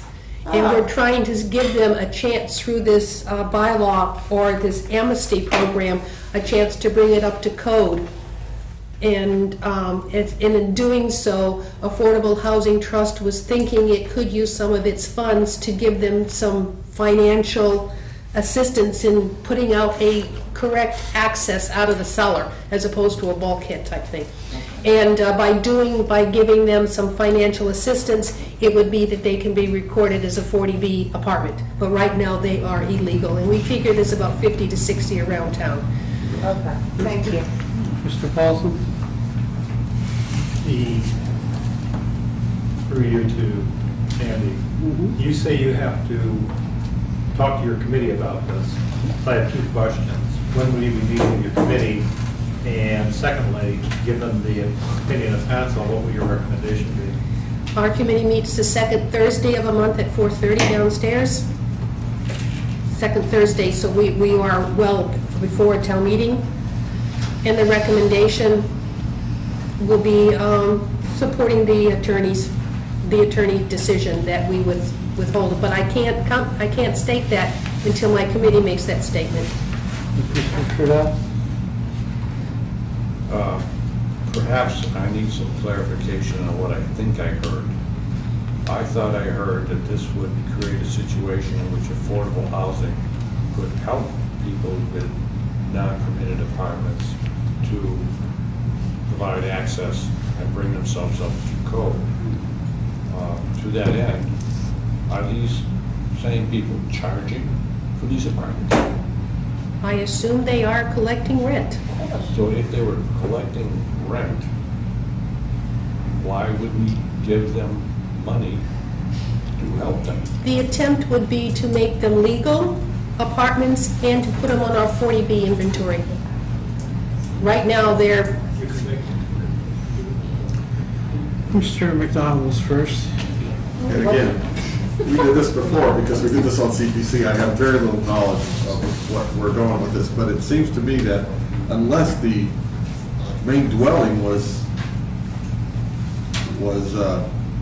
affordable housing, it would be difficult to put that portion of the house. I don't know. You know what I mean? It's kind of hard for me to think, well, that's an affordable unit down here when the whole house is a $1.4 million home. Anyone It's answer the just question? difficult. I'm not sure. I don't think Mrs. that, Brock? well, I don't want to, I still have a question. Yes, okay. Okay.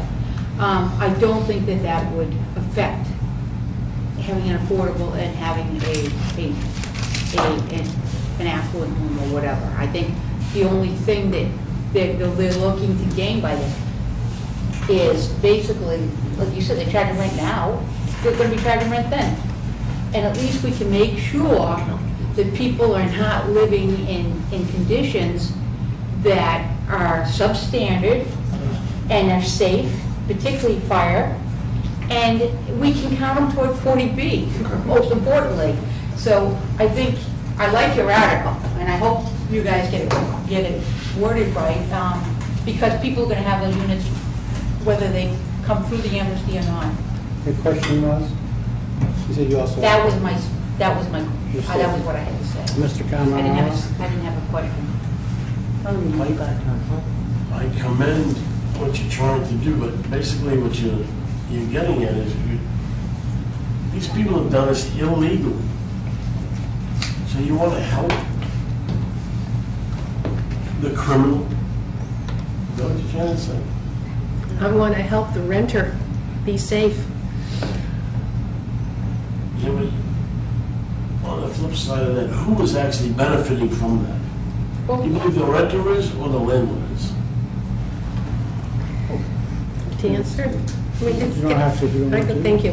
Okay, I'll answer it. But, I'm sorry. I'm not done yet, excuse me. I don't see, if you know these apartments are illegal, then they should be shut down, not helped. Okay, that's where I'm going with it. Mr. Trudeau? I'm struggling with the concept of giving money to bring something into compliance. Then I turn around and I say, what do I have a building inspector, a zoning board, and a board of health for? Thank you. End of my comments. Mr. Scuturi? You just took my thunder. That's it. Oh, yeah. We're on the same tracks. I know, that's exactly right. I also have a question. What's the source of funding for this? There are two principal, we receive funds from Wareham Crossing, and we receive funds of $5,000 from 40B developers who have affordable units. If I believe zoning says if you're going to put a 40B development in, and $5,000 for each affordable unit goes before the Affordable Housing Trust. I believe that is our source. There's two, Wareham Crossing and that. Because it's my understanding that a certain amount of CPC funds go to the Affordable Housing Trust as well, and you're saying none of those will be used. Correct, because this would not be a CPA task, use of the funds. We have been granted $60,000 from the Community Preservation Act funds, but that money is not available for us to use until we had a project that is valid under CPA policy. Any other questions? Mr. McDonald? So you're going to go back to your committee and suggest holding this, or make a motion or suggest? We will have a holding it? discussion and then we'll have a vote, yes. Okay. Do you have any idea, and I'm not a gambler by any stretch of the imagination, but do you have a feeling for that vote? I honestly, it would be a personal opinion, and I'm here as the chair. Okay. Any further discussion? Seeing none, we have a motion for favorable action. All those in favor signify by saying aye. Those opposed? Aye. Abstentions? One abstention? 061. Thank you. Thank you very much.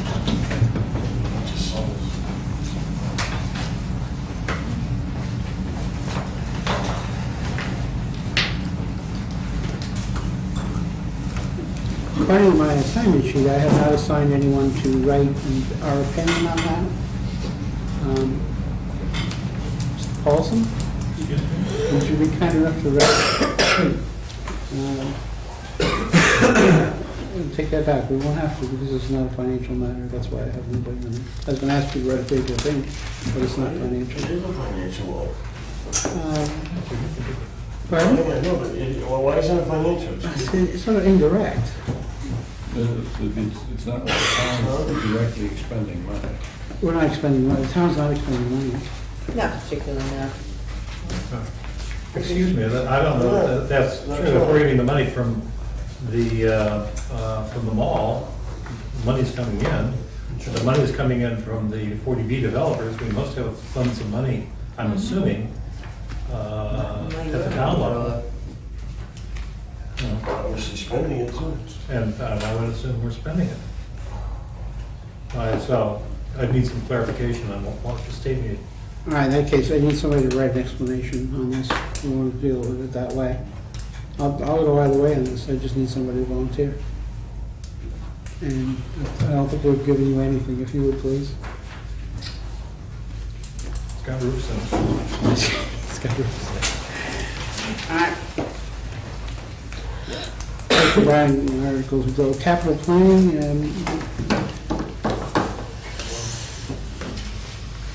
I think I'm going to and I'm lonely of it. Can I say that? for record, Article 1. I'll put over there next week. Thank you. Where is the, what? Where is the? Happy New Year. Good evening. Happy New Year. Happy New Year to you as well. Thank you for coming tonight. Okay. First item on the list was defibrillators. Capital planning voted to approve the defibrillators through Mr. Trudeau. Went to the police department, got a list of all the needs. I believe they said they had 32 vehicles. 32 police cars. 4 supervisor vehicles. So they have a total need of 40. That means there'd be one in every vehicle that they have, including, I believe, 2 ATVs. And it would end up with 2 spares. And 2 spares, correct. And since the defibrillators basically, as David has mentioned earlier, will no longer be serviceable, or whatever parts are available now, and that's it. The defibrillators at any time could become obsolete and unrepairable. Probably that's one reason why they probably haven't offered to anybody else, so they probably have very little value. Next item, the way the article's written, is just go over all the items and then we'll decide how we want to vote on it. Okay, my understanding is, I believe you checked Claire, they're gonna break it out separately, that's all. Good. It's up to you. You may want to ask the moderator on that. I would hope that they don't do this all as one thing because it make it difficult to pass. Okay. She's back. Madam Moderator, the question has come up again. Will we divide question number one, or what is going to happen? I'm not in charge of the motion, so I don't know how the motion is going to be written. My understanding is that the motion was going to be, the question has come up whether, how is it going to be funded? Mhm. And that question has, to my knowledge, the question hasn't been answered.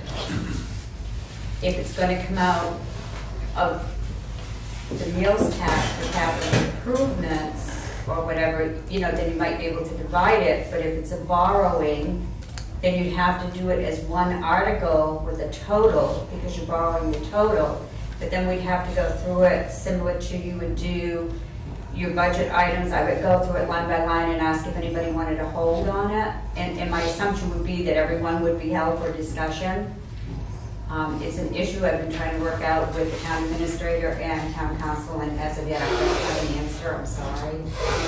I was hoping he'd be in tomorrow so that we could go over this. I've only seen the motions for about 3 articles, so I don't know what the motion is going to be. I don't know if they're borrowing, whether they're transferring, or how they're funding it, and that would have a lot to do with how you would address the article. Mr. Chairman? Mrs. Brown? Would it be, I would like to propose to make some sort of a motion when it comes to Article 1. And I'd like to make a motion that FinCom takes the position that we're not going to vote on anything until we know what we have and can we afford to pay for this. I think we would be remiss to go out and say, okay, let's get this, when no one is telling us what we have available. Oh, are we going to borrow for this or what? We have no number. We have absolutely no numbers at all. And I would take the position that the FinCom would be, it would not be the best interest of the FinCom to vote on this article. Mr. Trudell? I respect my colleague's position. I believe that we owe it to the community to have a thorough discussion of these articles, of these items. And I believe that we need to hear it out. We need to hear what the capital planning voted. And I think we need to vote on them. If we want to put a caveat at the end that we do not feel comfortable with borrowing, considering what happened last year financially and where we may be, in spite of the town administrator's assurances that we're within borrowing limits, then that should be part of our overall explanation. But I do believe that we owe the community the right to have heard through capital planning chair and finance committee what we think about the various items. Money aside, you could vote no, but I think we need to hear and vote on it. Please, Mr. McDonald? Nothing personal. Nothing personal. There you go. I appreciate it through you, Mr. Chair. I've stated in the past, and I'm not going to do a long speech because I know Mike doesn't have his gavel and he will throw his pen, so I'll make it as short as I can. I am not willing to go back to town meeting and suggest anything other than no on these articles. We have no financial information and this is a financial risk on our part. And they're looking to us. We have to be the, I don't know, conservative, we have to be conservative on this. And the people are looking to us for advice. They're not looking for us whether or not we think it's a good article because of safety or whatever. They're looking to us for advice on whether to vote for this. And as a citizen and as a 28-year veteran of this field, I'm telling you now, if you come to me with no numbers, I cannot vote for it. You cannot open your checkbook and write a check unless you're a millionaire, which we're not. without knowing what your balance is. We don't know what our balance is, and it's as simple as that for me. Any other, Mrs. Brock, you wanted to speak? Let everyone speak at least one time first, and then we'll go back around. Mrs. Brock? What I wanted to contribute, and you're absolutely, that's a fiscal responsible thing to do. I mean, I just don't see how we can go into town meeting and tell these folks, hey, look, capital planning studies this, and we want to do this, and we want to do that. But we don't know how much money we have. We just don't know, and it's a known fact that we're over budget on several articles that have been approved by town meeting, and they've gone over their budget, whether it be... We don't have those facts. I mean, you can't say that. Well, we don't have anything, Mr. Chairman, that's why... I would agree with that. But you cannot say what they want to do. Mr. Paulson?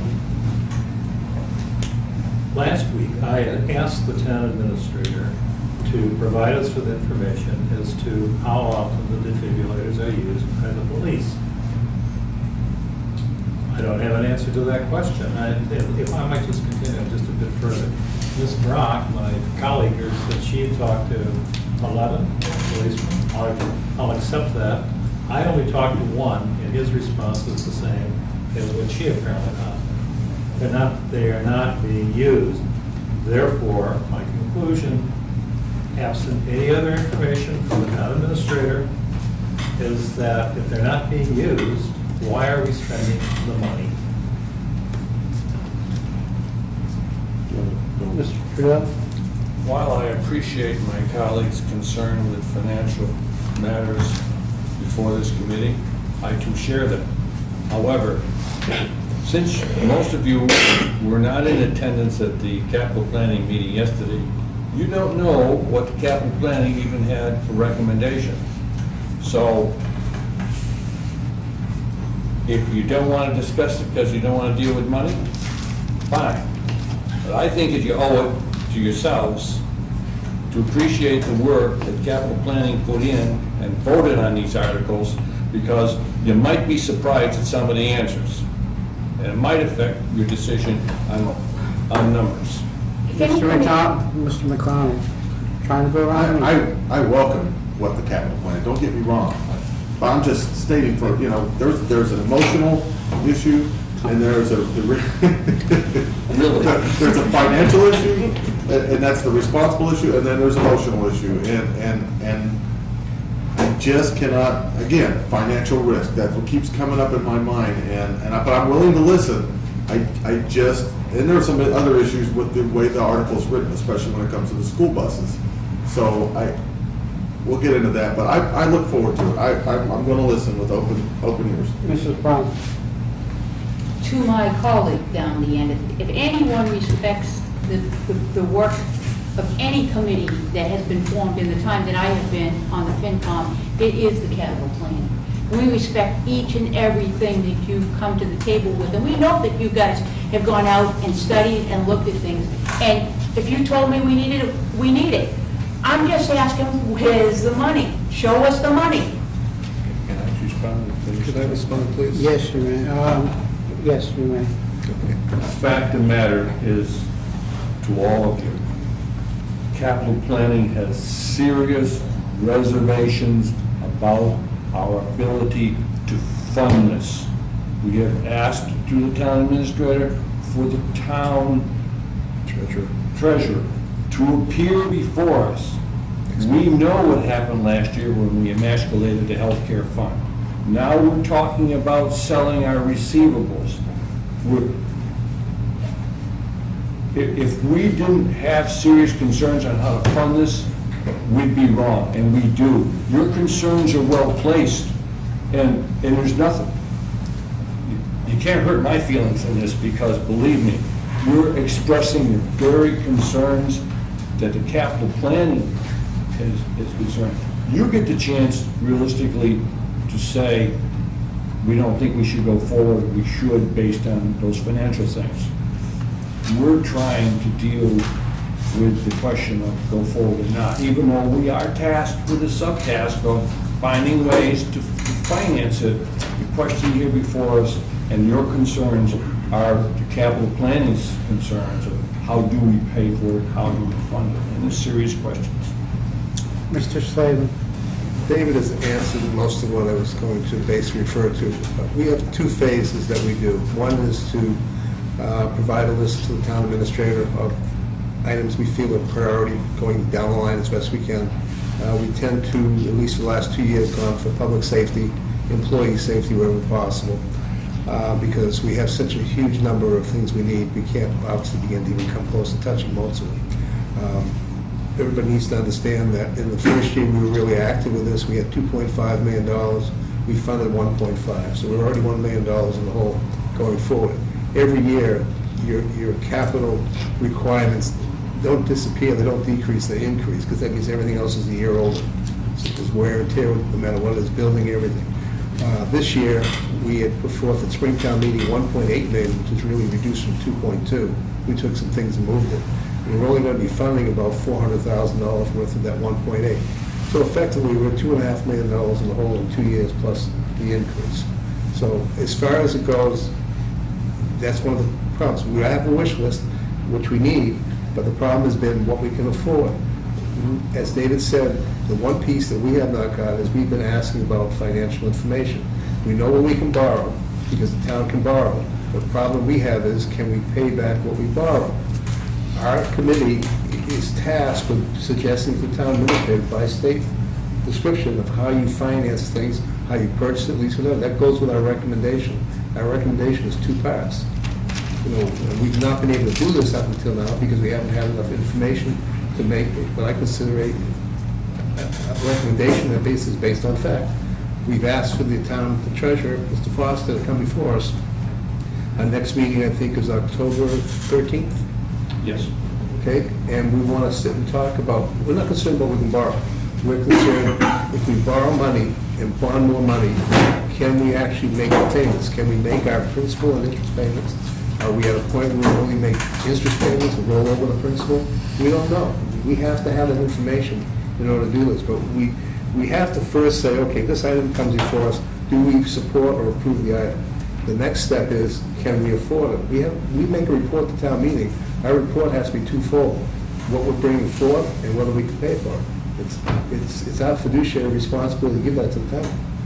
So what you're asking for, we will hopefully be able to supply you with, and you'll be able to do it on your own as well, because the FinCom has the same responsibility. Unfortunately, both overlap quite a bit.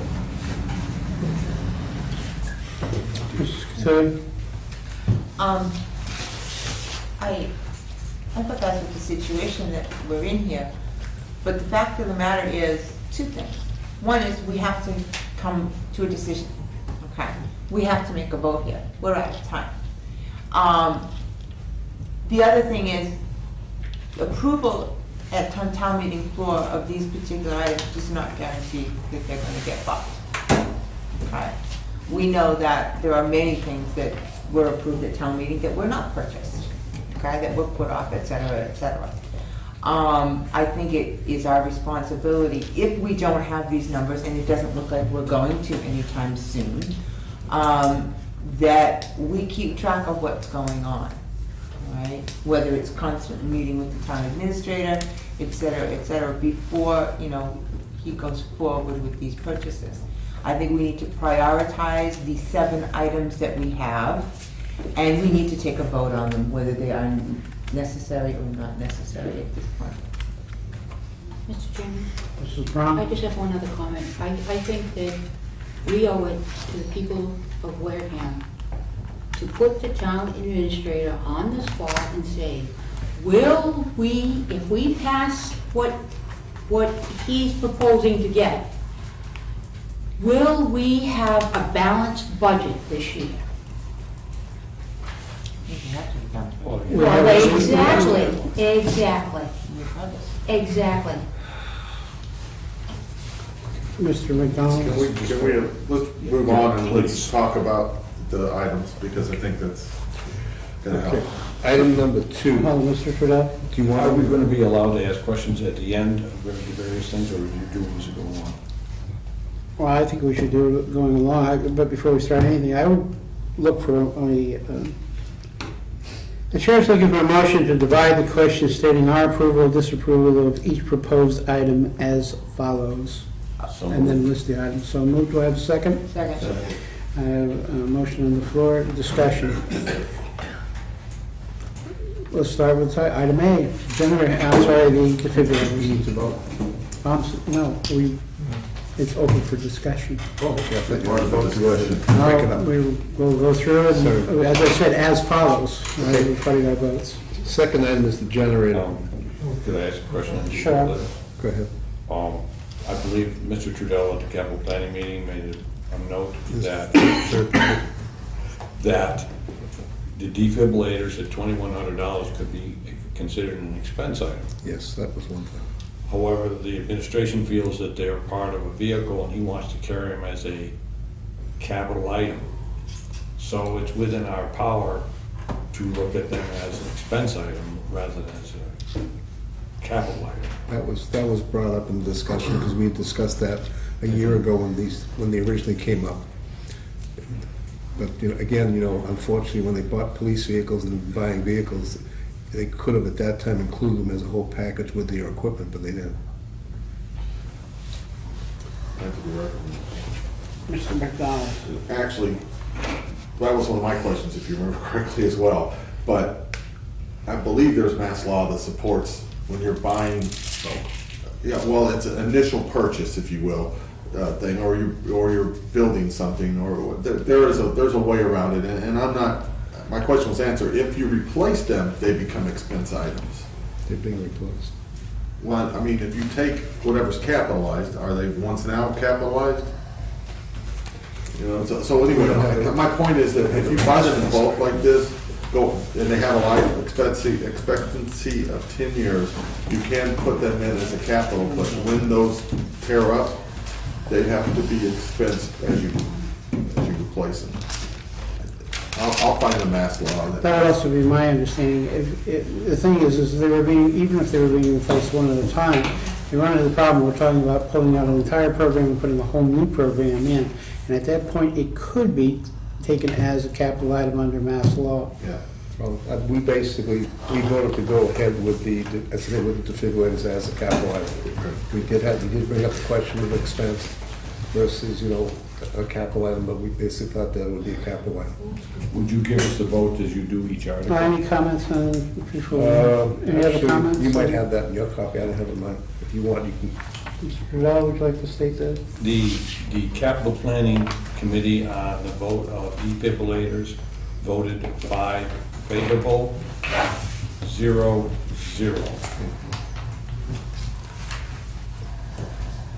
Would the committee like to record its vote on this item at this time?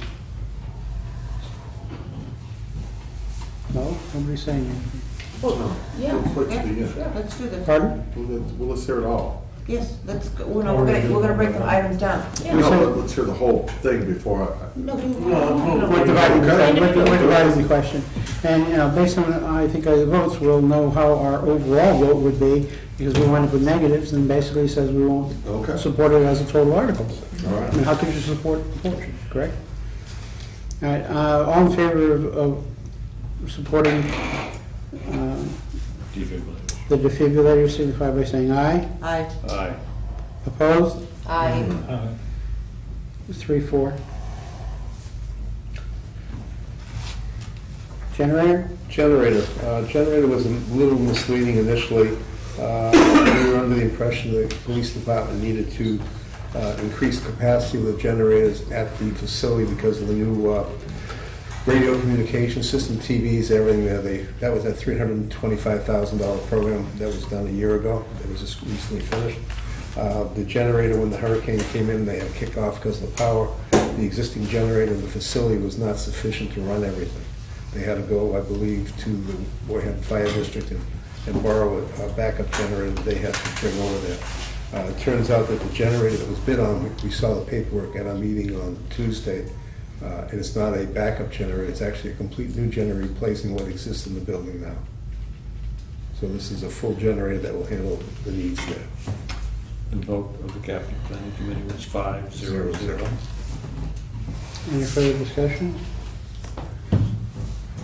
Mr. McDonald? No, we put in a new generator at work. It was a natural gas one, which it works very well. Obviously, we're not a police station, so we ended up spending around $6,000 as opposed to $40,000. However, we do have some heavy equipment, especially voltage, whatever it is, voltage equipment, but it runs what it needs to run, and it runs, I don't know. This is the only one that gives me trouble more than anyone else, is this one. Through the chair, if you'd like to know, Larry, I believe David has the actual Let me dig vigorously here. No, it's okay. From South Shore Generator. Yeah, we have it. It wasn't just the generator itself, I believe. It's the wiring. It's the wiring and everything. Yeah, it takes a lot, because they have to wire it, they have to do ventilation and everything else that goes along with it. I priced a 6 kilowatt natural gas generator for the house, and the generator itself was $7,000. By the time I get done, it was 13 with wiring and everything. Must have got a heck of a deal. No, I looked at a Siemens, either Siemens or a Kohler or the three major brands. I think this one might be a Kohler, if I'm not mistaken. That doesn't break it down. It does, actually. There's a bill from South Shore There's no Generator. breakdown of what the 40,000 consists of, but he talks about all the accessories that went into it. And it's a 400 amp generator, along with the automatic kick-ins. He talks about replacing the unit, reinstalling the unit, existing louver and ductwork, delivered gas, electrical installation, exhaust, catalyst, your water transfer switches, some installation of your electrical, gas, and a standard startup warranty initiation. That comes to their bid of 40,000. I cannot answer to you whether there were multiple bids. That's fine. It's a local firm that's Right, it's thank you. very reliable. Yeah, It's also 400 amps. Your home is 230 broken down. A 400 amp unit is usually 3 or 4 times the cost. Mr. Paulson? Well, the word bid, did this go out to bid? It would seem to me it's on the level in terms of expense that it would have to go to bid. You see, we don't have a purchasing department, do we? We have a personnel department. And the town administrator can put out a bid, he can approve the bid, and he can approve payment of the bid. Well, I think we've discussed this issue before. It might be a sore spot. Mr. Chairman? It also goes out to state-approved vendor list as well. All right, and that's the key on this. There are also, first off, this powers 3 communications consoles, I believe, as well, 2 of which are used on an ongoing basis. The third is only used in case of the emergency, and everyone is centralized into the police department. And their experience in the hurricane, yes, they did have a breakdown, but they also found that they were having significant power problems in maintaining all of the communications, as well as the function of the police department, which prompted this. That's what prompted this bill. And that position has been stated several times by different individuals. Further discussion? That's just anyway, if you have a hurricane, you need help, you're gonna get it. I don't want to go off topic, but Yes. I have a friend that I go to when I struggle with issues like this, and I consider them a very, very close friend. Also, someone who can bring me back to reality very quickly. And so I went over what I felt like my problem, what the issue was, and how I felt, how I should address it at town meeting. And they said, well, it's simple. Would you go out there and tell someone to go ahead and write a check if they didn't have any money in there, or they didn't know how much the money they had in there? I said, no, I wouldn't do that. He said, then that's your answer. So. That's off point, please. I'm sorry. That's off point. The only question, we've already stated it. It justifies. Several times over. Thanks. We have a vote on the, well, now we'll support the generator. Again, remember this is for emergency services. All right, all those in favor? Aye. Opposed? It's 5-2.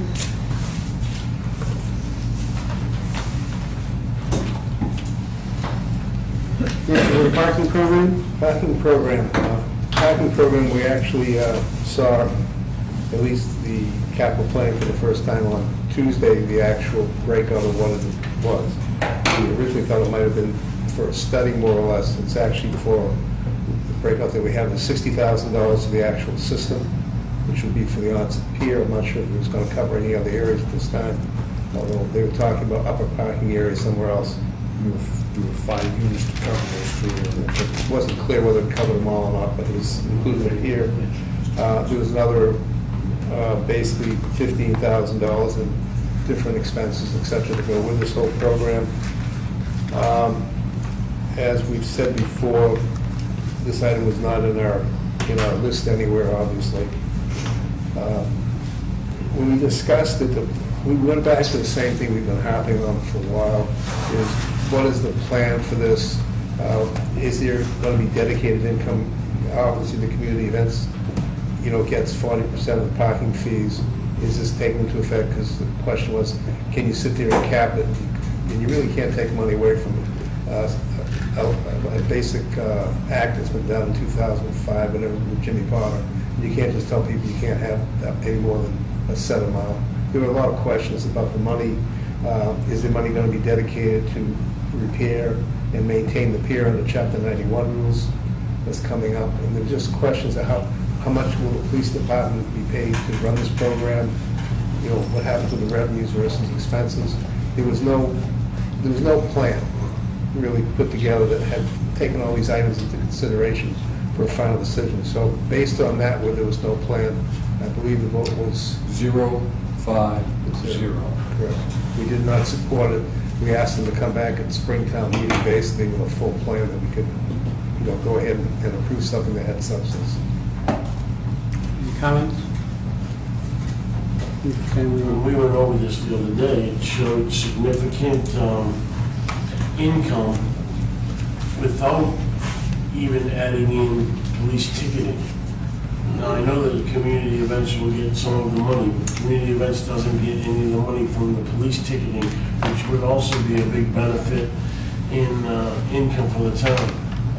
Mr. Paulson had mentioned when he talked to Plymouth that the income was almost 50% ticketing versus, the other income from the meters themselves.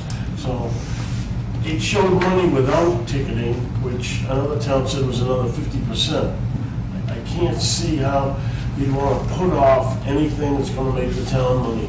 Even if we give community their fair share of the ticketing money, we're still going to get a lot more from police tickets and all that. I'm sorry, it's a win-win-win-win-win. Well, I'm for it. Mr. Trudell? There is additional income for people who buy a ticket for an hour and they only use a half an hour and they leave. Right? So that's the positive side. The bad side is, Yes. once you put something like this in and there's a guaranteed percentage to a particular event, it was suggested, then they could go and use that money to buy fireworks. Well, the problem is, there is no plan. The only plan is to put it in there and give their 40% away and gobble up the additional revenue. They haven't addressed the question of the legislation that's in place. We talked about that at this finance committee last year in May. And the result to date is no action on the part of the administration to deal with that particular issue. So that plan means whatever we made for comments in May and how to deal with this issue and come back to us was disregarded because our concerns aren't there. Till there's some way in which we say we're going to allocate those funds, until we show that we're going to put some money aside for the onset pier repair, it'll be another ambulance fund. We'll take the money in and it will disappear. All we're asking for the administration, at least from the capital planning side of the point of view, is show me a plan. I don't think that's unreasonable. Mr. Slavin? We've never, on looking at this, we never questioned whether this would be a producer of revenue or not, and we've basically looked at the actual revenue on the pier and questioned whether or not we're really collecting all we should be collecting, and the system probably would improve that as well. That's not the issue. The issue with us is strictly, okay, we know we're going to generate revenue. We don't know what the expenses are gonna be, we don't know how the money's gonna be distributed. All we ask for is, and anybody coming forward, when you would ask the same, what is the plan, how this is gonna work? If you sit there and say, well, we'll work on this as we go along, it should make everybody very nervous. You can't run it, this is still a business, you have to run it with the idea you know where everything that's coming in has to go out. It's not very much to ask, and we don't have that information, so we can support it. Mr. Paulson? If I understand this correctly, and I think I do, on one hand, we see that it can be, and I think we're all in agreement on this, that there are various sources of revenue that could accrue to the town. And I think we all applaud that. If I understand my esteemed colleague here on my left, we've asked the administration for information concerning certain aspects of what will be done with the monies that come in going forward. And my question is, did you get an answer? I mean, are we going to have an answer from the administration, if that's what the question was directed, before town meeting, so we can go forward with this? Good to answer the question. To answer the question? Regrettably, the town administrator was called from the meeting and was unable to return. So That's out of order. No, sir. Mr. Slavin? Again, because this is the first time we've dealt with this with numbers and everything, at our meeting, basically Derek Sullivan was standing in for the town administrator, which doesn't mean anything. The bottom line is we requested through Derek that we get some more information, which he said he would provide us. And we told him at that point, if we have more information, we can go back and look at it. And when we make our report at town meeting, if the information basically meets the committee's satisfaction, we can make our report and you can know our votes there. McDonald? This sounds like a much bigger issue than a weak issue. This sounds like this is gonna take some research and some time to get the information back to capital planning. So revenue's great, but Mr. Scaturi? I'm very disappointed. Well, on two fronts. The fact that there is no plan, I'm very disappointed that this will be put aside for Springtown meeting, won't be implemented for the summer tourism. This is something we do want to do. We all agree that we want to do this. Yes. But we need to have a plan of action. I think the plan can be worked out. I understand the legislation problems. That all has to be defined. And the expenses for deterioration of the pier, et cetera. This certainly could be a revenue source for fixing those problems, okay? Even if it's never used for anything else but that. So I personally would support it going forward, thinking that we could work this out, whether it's before town meeting or by the summer. I would like to see this supported. I would state, this is not new. No. This came before us once before for emergency funds, and we said we would not support it for emergency funds. And it was only for one parking lot, it was for the onset parking lot. And we said at that time, we fully supported all the revenue, all the things that were available to us, the several wins that were available to us.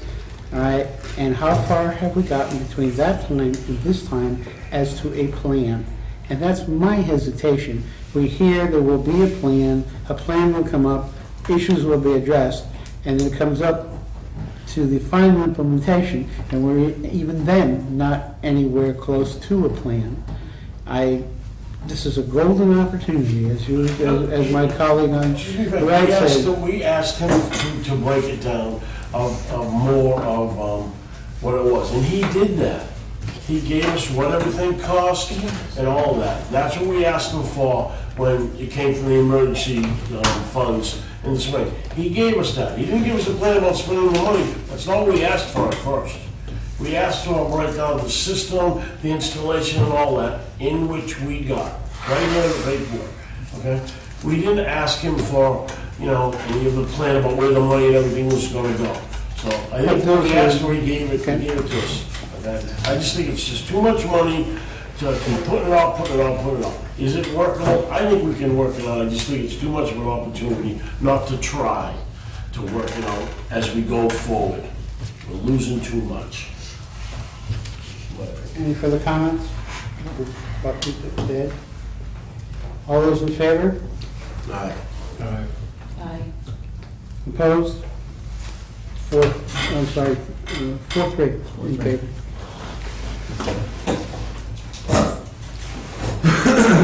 Prisoner transport vehicle? Prisoner transport vehicle, this is based on the need, if the West Wareham courthouse closes, basically. What we have running now, even though the vehicle is old, because of the short distance between the police station and the courthouse, they're more than able to get by. We had put this, well, not decided, but a similar item on our notes for a 1 or 2 year pushback because it wasn't considered a critical item or a safety issue at this particular time. So based on the time frame of when the court could close, would close, and everything else, we basically voted no on this particular item. 040.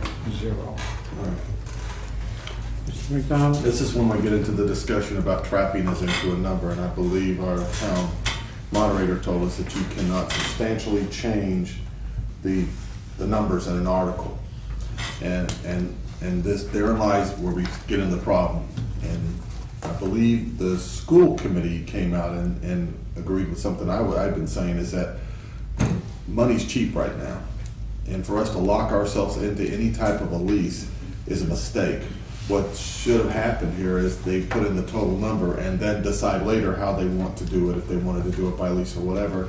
So that's another reason that I would not support this article, is because you cannot substantially change it, and it almost guarantees that we're going to be locked into a lease to get this vehicle.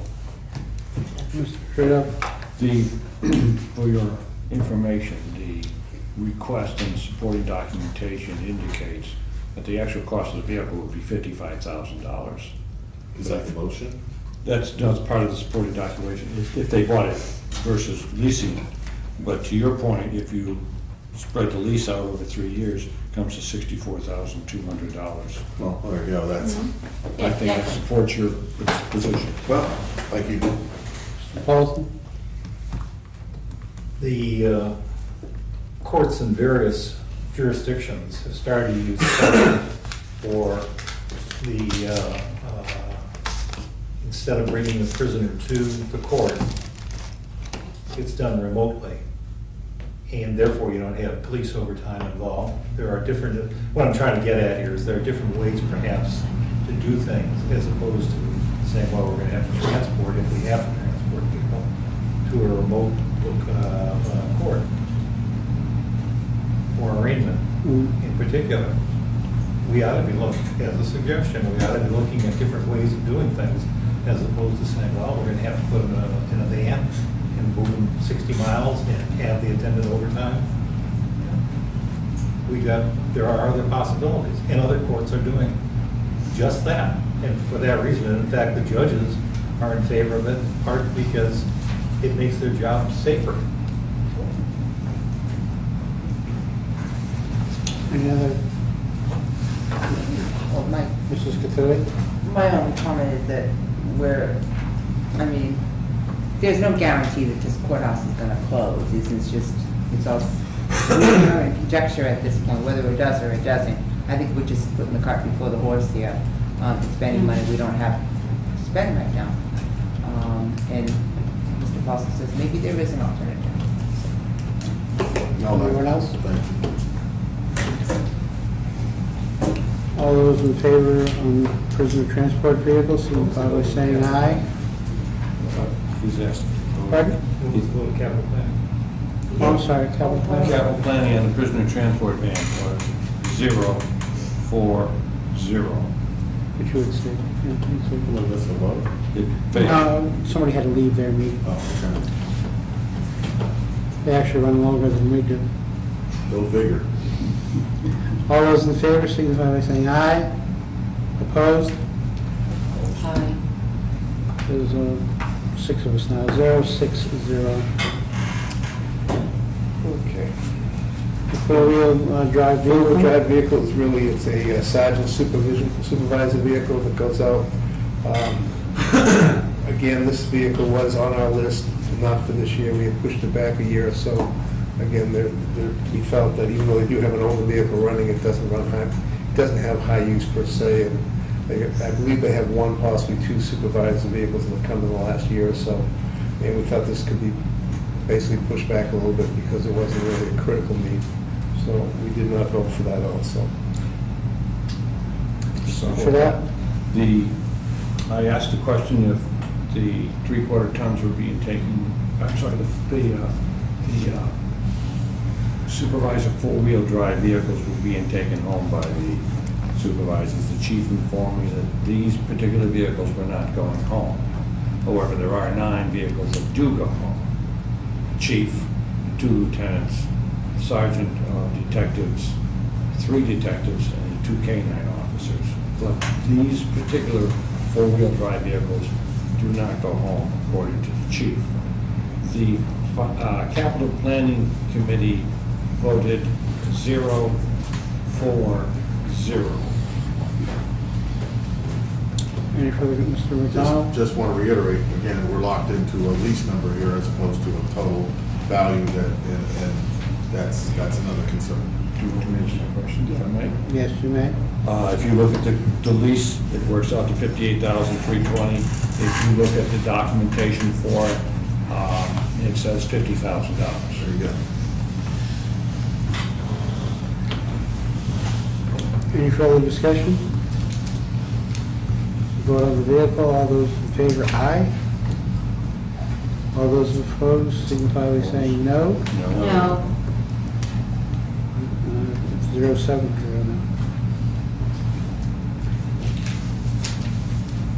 now. EMS ambulance? EMS ambulance rebuild was put on. We technically really need to replace an ambulance. The rebuild, the $150,000, we had a little questions because one of our members, Mr. Kluber, is one fire chief and stuff, that had some experience in this area. And we looked at this a year ago, talking about ways to lengthen the life of an ambulance to 10 years overall after a 5-year period of changing the chassis and rewiring, et cetera. And the price at that time that he got was, I believe, $75,000 to $80,000. I spoke with David Evans, actually after our meeting. I happened to run into him, and I asked him where he got the price of $150. He said it came from Brewster, where they were taking a vehicle and changing it over and getting it done, including wiring, including taking the whole insides of the box out and changing it. So again, we basically went ahead and agreed to go ahead with this, but we just had some reservations about the actual price because $150, the current chassis that they use on the ambulances, that we had a bid of $214 this past year, Ford has decided not to make that chassis available with a diesel anymore, and therefore they have to move up one class, and now the price of an ambulance is approximately $225,000 from $214 because of this. You have basically a V10 motor instead of a diesel motor. You don't get the lifespan, et cetera, out of it. So, again, because this is at $150, we can't say really we should go for a brand new unit because it's not in the article, but it's awful close if it comes out that way. If our member Kluber is correct and it's 80 or 85, then it's reasonable to, and I believe we voted on that. We voted on that 4-0-0. You may. The town administrators asked for mitigation with the commercial side, and that probably is not eminent. However, our situation with the ambulances does not improve on a daily basis. The 1999 one is too old. We believe that putting money in for a rebuild is the correct thing to do. As Mr. Kluber points out, you need 3 ambulances to keep 2 up. And right now, I think we're running on 2, and the 1999 one needs several $1,000s worth of repairs, one way or the other. Whether it ends as a new ambulance or it ends as a rebuild. The community has to take action, as my Ms. Cattouli has pointed out, we are losing revenue to other towns because of this situation, and it's not going to get better until we either rebuild or get a new ambulance. Mr. McDonald? Can we identify the revenue, or does it just go into the general fund? That's the question. Answer the question, Mrs. Cattouli. It goes into the general fund. However, it is identifiable on your town, I'm sorry, what I'm thinking of, the Financial the town report. It is identifiable, it's as the EMS revolving account, okay? But it has a profit at the end of the year, okay? And that's what you need to look at. It's not really accurate, okay? In the fact that we weren't good attendants of it, is my point, okay? It's a business, just like the water pollution control facility, okay? Expenses for these kinds of things were not attended to, okay? So in that regard, for them to get a capital item to replace something, they have to come to the town and ask for it, okay? Even though they are really kind of running a business, all right? The revolving account, like I said, does show a profit at the end of the year, but you're not looking at these other items. They've got to come back and ask for them. And I don't think that was good management on the part of the town, but that's just a point. Mr. Paulson?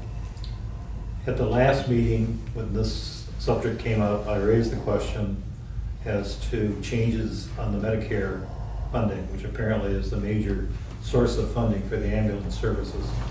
I hear profit. If there's a profit, that's fine.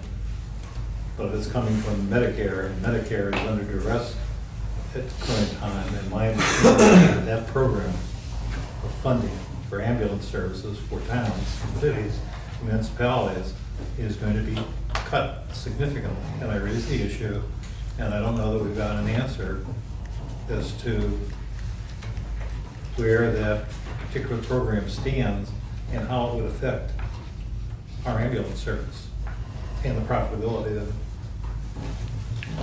Mr. Trudell? Two things, Mr. Chairman. First to Mr. Paulson.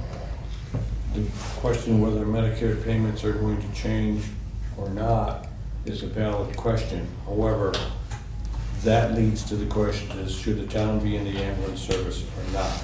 And I don't wish to go any further than that, but the question I do have, through the chair, through the town moderator, I'm asking for a memory test. Good luck.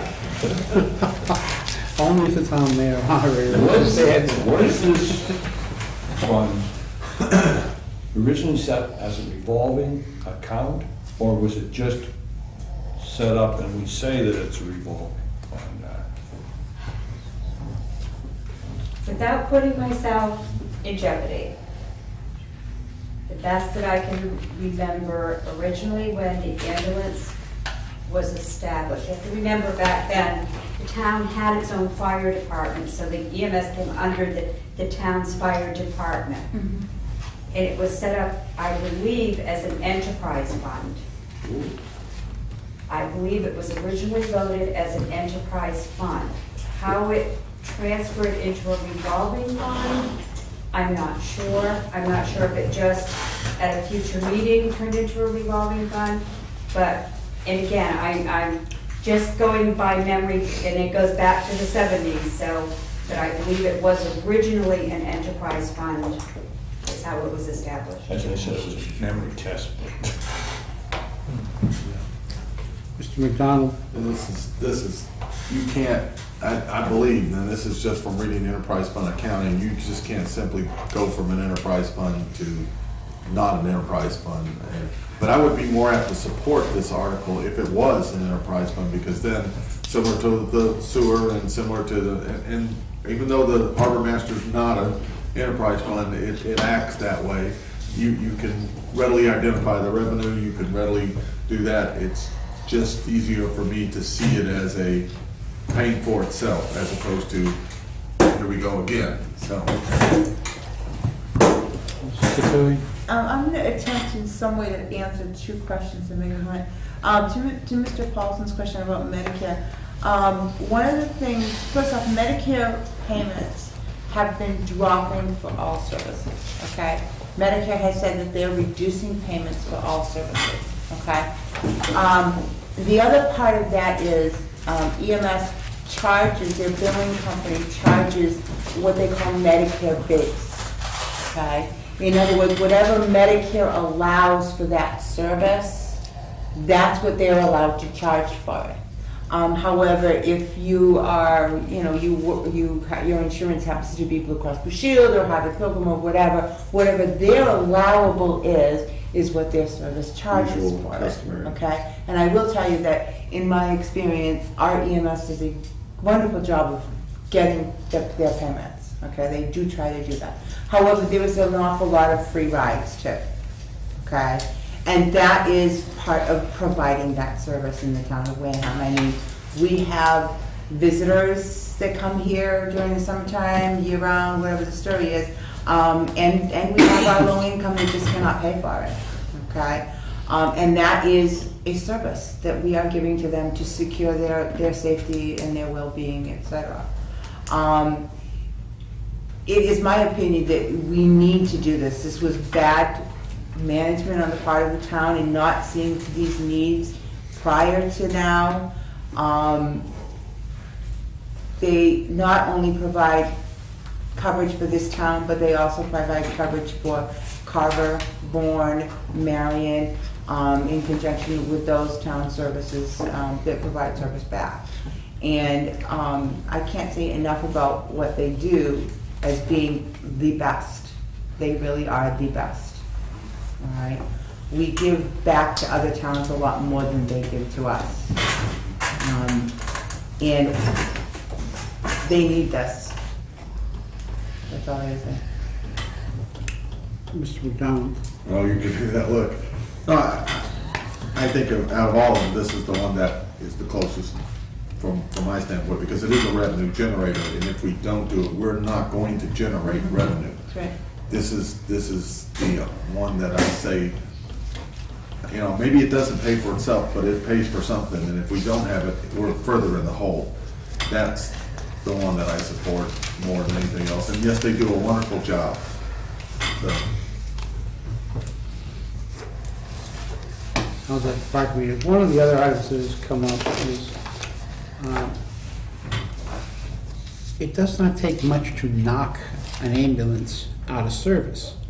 The repair bills can be very small, but the time that it takes to do the repair and have it re-inspected by the state, all right, make it a significant loss, opportunity cost loss, or revenue. You lose a great deal. I think one of our ambulances, correct me if I was wrong, was out of service for almost 3 weeks for a $6,000 paint job. Repair to the aluminum had eroded on the body, etc. So only a couple There was a $1,000. gasket problem and very small dollars. Small dollar. Very small dollar amounts, but very small, minimal repairs are taking our ambulances out of service. So the rebuild addresses that issue for at least one of the ambulances. Any further discussion?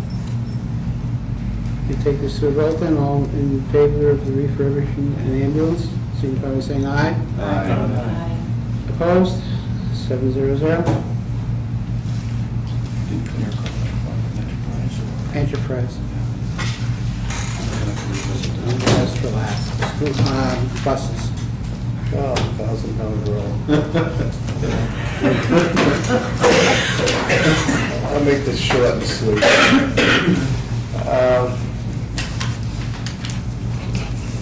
I'm not going to go into any details. It's been beat up so many times that everybody understands it.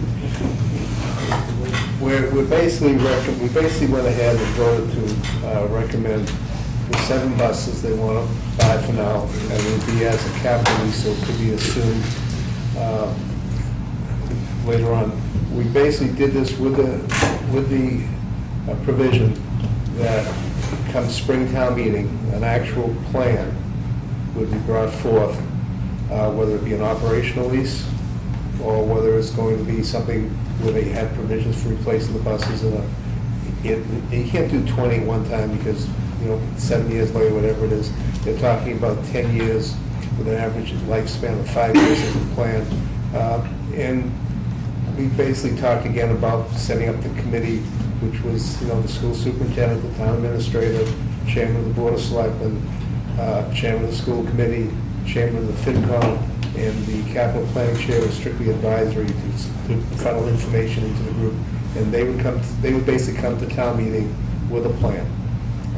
To not do anything at all is not a good thing, because we know we have 13 buses that at cost, I think it was $70,000 repairs last year alone. And to at least replace 7 of the 13, at least it's something. Yes, it's a Band-Aid. It's not a fix. It's not a plan. But at this point here, we basically voted that we go ahead with 7. But come Springtown meeting, there has to be a plan, because we could not basically sit there and vote for anything else unless there's a plan going forward. It's not a good answer, but it's the best we can supply. The board voted 4-0-0. And we had much debate on that. I took our message of trying to have a committee and having a decision.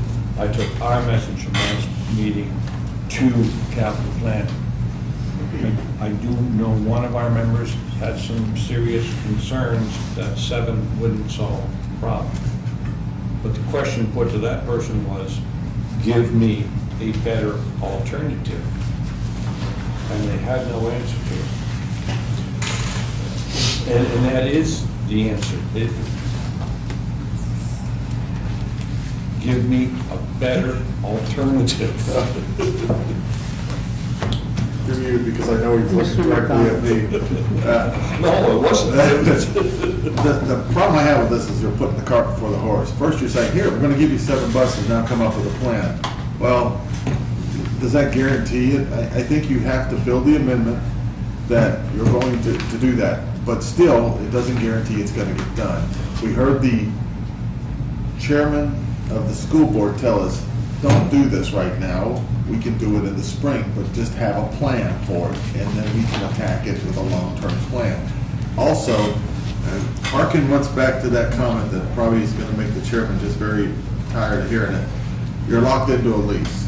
Money is cheaper if you go out and get it now and get a low-interest loan for that, low-interest debt, whatever you want to call it, and we're locked into a lease. Once again, we're locked into that number, and I don't like being locked in that number. I think you should have come forward with a total amount and then decide.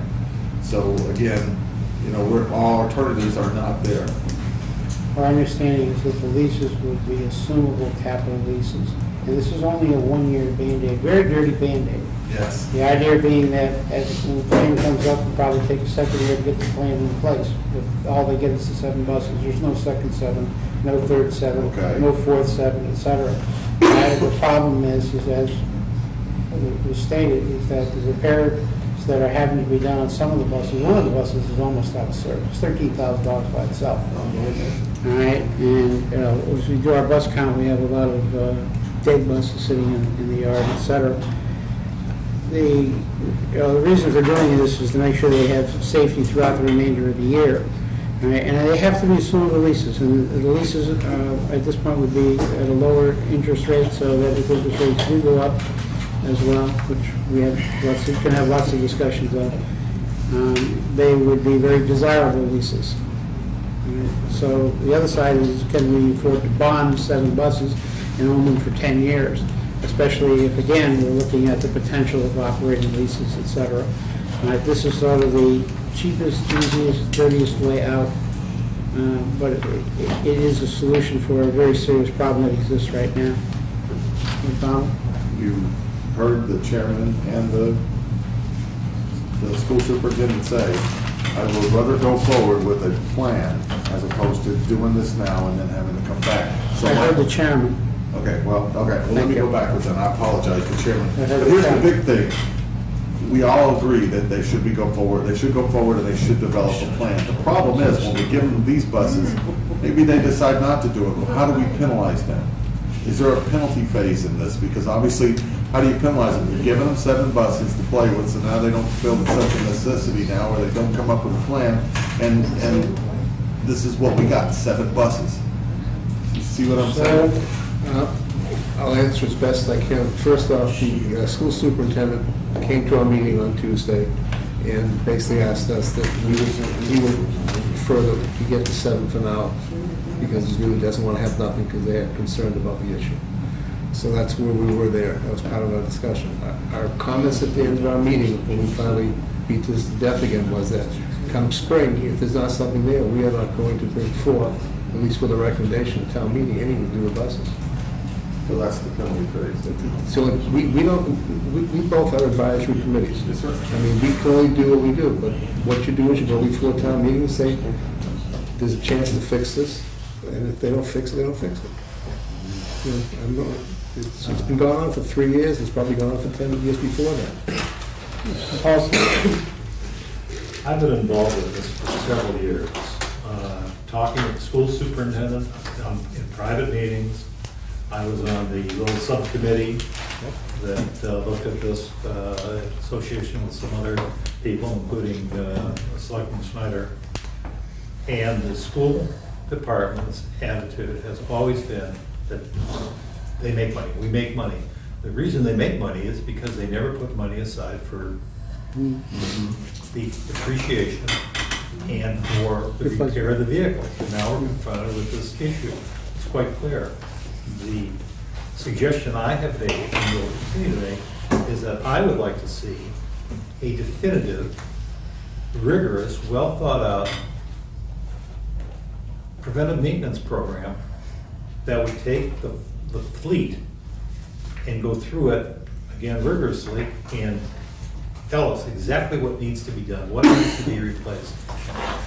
And let us then make a judgment as to whether or not we should keep an older bus or not. I would remind everybody that the town administrator made a comment last week that some of the older buses, he was surprised that some of the older buses were in very good shape. In other words, were running well, which indicates to me, or suggests to me, that there is at least the possibility that if you do good maintenance work, preventive maintenance work, that you can take an older vehicle and it will work in an appropriate way. And just one other point that would seem to be off point, but I don't think it really is, there are 747s flying through the air right now. They're 30, 40 years old. The airframe is old, but they've got new electronics, they've got new engines, new interiors, and they're still flying. And the reason they're still flying is because the airplane companies, the Uniteds, the Americans, the Deltas, have made it a business decision. They have said, we'll keep the airframe and we'll replace everything else. We aren't looking at that as an option, as I see it, and I think we should. I think the intent of saying that a plan has to be in place for April was to look at all the alternatives, including what you're recommending, and choosing whatever is really the best overall solution for the town, not necessarily the cheapest, but the best overall. And the conversations that I'm privy to have been not to eliminate any particular type of plan, whether it's purchase, lease, buy, or a combination thereof, or whatever. All right, and maintenance keeps coming up over and over and over again. So your point is well taken. Any other comments? Mr. Trudell, I think you were next. To the committee.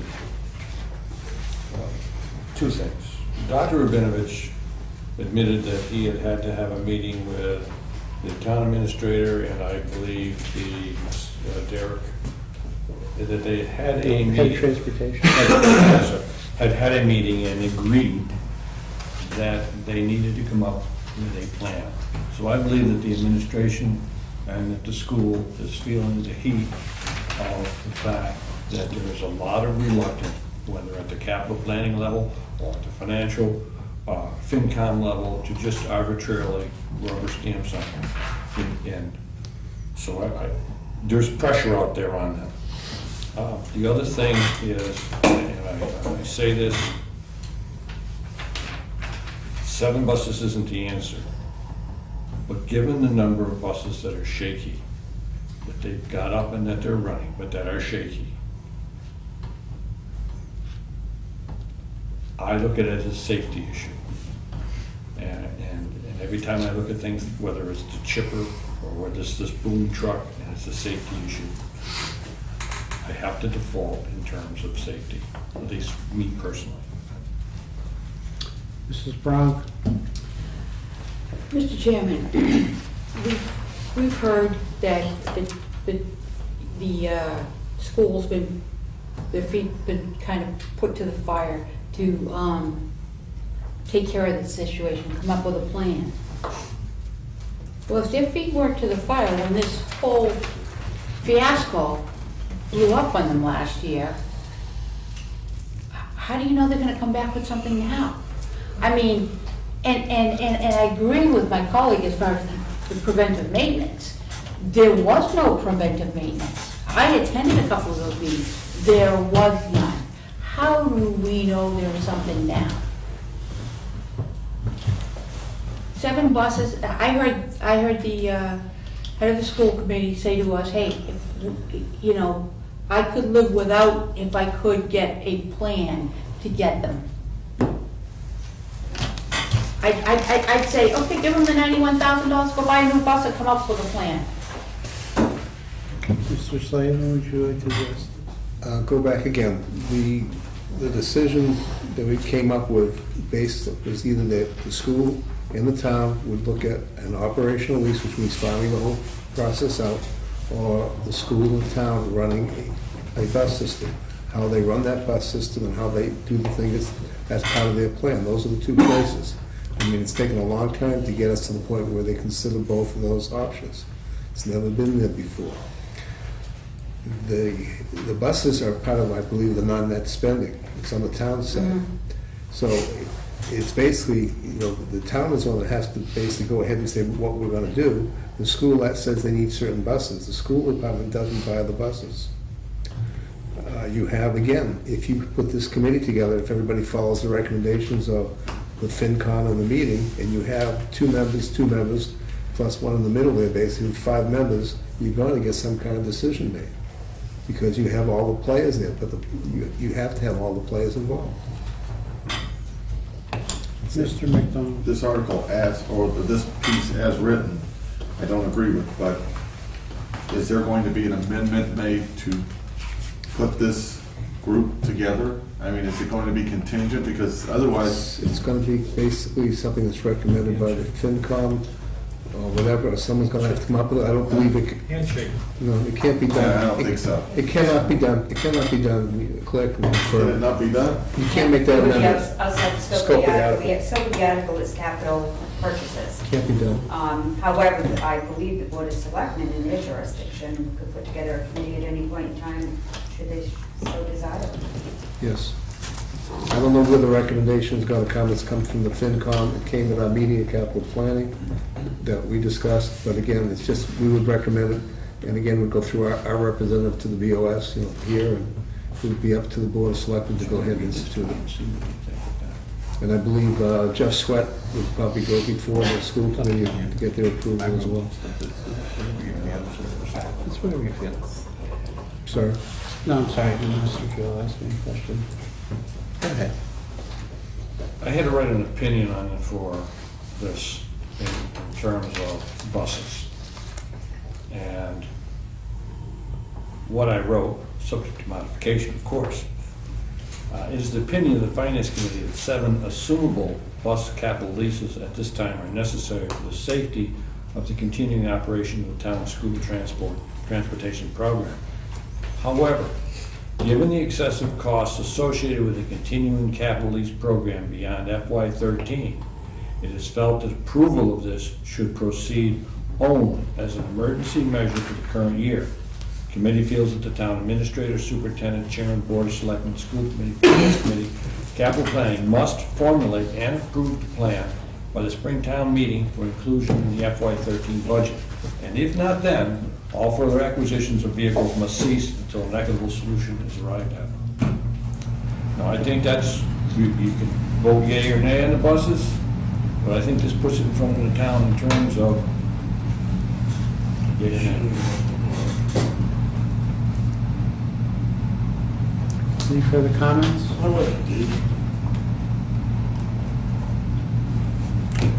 Saying none, all those in favor, supporting the purchase, leasing of the buses, signify by saying aye. Aye. All opposed? I have to vote no. It's 4-3-4. 4-3-0 is the vote. 4-3-0. Well, we have a big committee there. I know, we agree. All right, yes, Mr. Shudo. During the conversation at the capital planning We meeting, have some other articles. Article 15, which we have already approved, dealing with the town hall repairs, a particular point was made at the meeting that I would think possibly the committee should be made aware of. I wrote the pro for that. I would need a motion for reconsideration. So moved. Second? All those in favor signify by saying aye. Aye. Opposed? 7-0-0. During discussion of that article, which deals with replacing the two rubber roofs on Town Hall, the question arose if there was a historical preservation currently in place. It was evidently been requested, but it might not yet be in place. And if it wasn't in place, then it would appear that we wouldn't be able to move forward with that rubber roof. Is that pretty? The question was whether or not that would conform to CPA rules to go ahead and put it, because the roof is not obviously a historic type of roof, but the roof is being done under the provision of preservation and protection of a historic building. I believe the committee actually asked me to go ahead and contact the chairman of CPC to get a ruling on that, which I've done, and Angela Dunham is the chair, and she's requesting from the two attorneys, the town attorney and theirs, just to get an answer on that, because she has asked for that before. Again, the question is that when CPC went ahead and did the slate roof, obviously they didn't have the historical preservation restriction in place, but it was part of the article. You know, this one here doesn't have it as part of the article or anything, so it's a technicality, I just wanted to make sure it was correct. I don't understand what the issue is. Well, if there's no historic, sorry, Chairman. Yes. I'm sorry. Answer the question. If there's not a historic preservation in place, then the building isn't considered a historic building, and therefore, under CPA programs, putting a rubber roof on a building doesn't fall under the guidelines. It's not a historic roof. Even if there's already a historic preservation in, it was voted. It was voted, so it's in, whatever you want to call it, limbo. It was started because it was voted, but it's not finalized. It's not on the deed and it's not in the It's facts. not. But they haven't finished They running haven't it, finished doing it yet. still. So what you guys are telling me is that additional expenses under CPA would not be allowed? Is that what I'm hearing? That's what they're saying. That's what they're saying? Possibly. Possibly. Possibly. But we don't know that for sure? No, but again, It doesn't change my vote. Mr. Paulson?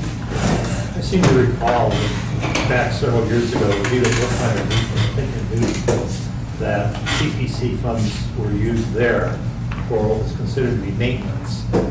And the Supreme Judicial Court said, no, you cannot use the money for that purpose. And this, as I think about it, sounds more like maintenance than historic renovation. My And that may understanding be- is that may that be the issue. they had a meeting with the state officials tonight, same night that we had a meeting as well. And the issue came up again, and there is a precedent to using it to preserve, to protect rather, or whatever has been declared interiorly to be historic. So, but then we come to this technicality. To Bonnie's point, I feel that even if we approve it, if it is not historically under the preservation, then they can't spend the money. Right. Just because we approve it doesn't mean, and even because they say they want to do it, if it doesn't meet, then the money just comes back in the spring like it usually does from the number of their articles where we find down the road that there's a problem. So I don't know that we would need to change our vote. I'm sorry, as far as what our final vote was, Mr. Sherrill first, let me address the committee. The only purpose that I brought this point to you was so that you were aware of it before town meeting. But to his point, if it's not allowed, then they can't go forward. But I really felt the committee, since we had voted on it, needed to have a little more clarification so we can muddy the waters. Well, I think we could also address it in our explanation that there might be a legal problem. So, Mr. Slade? Again, the committee voted favorable on this particular item. It just wanted to bring up the point there might be a question, just again, so we did due diligence on what we looked at to make sure that we follow the rules. That's the only reason it came out as a question, because we couldn't answer it.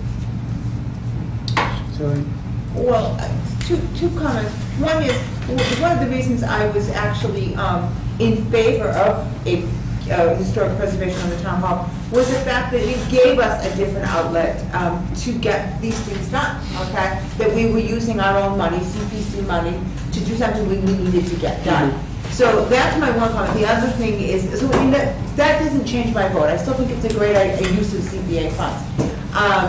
But my other thing is, if the historic preservation has not gone through, then we really need to find out why, okay? Because that certainly stalls a lot of other wonderful improvements that could be done over there that we could use our CPA money to get done.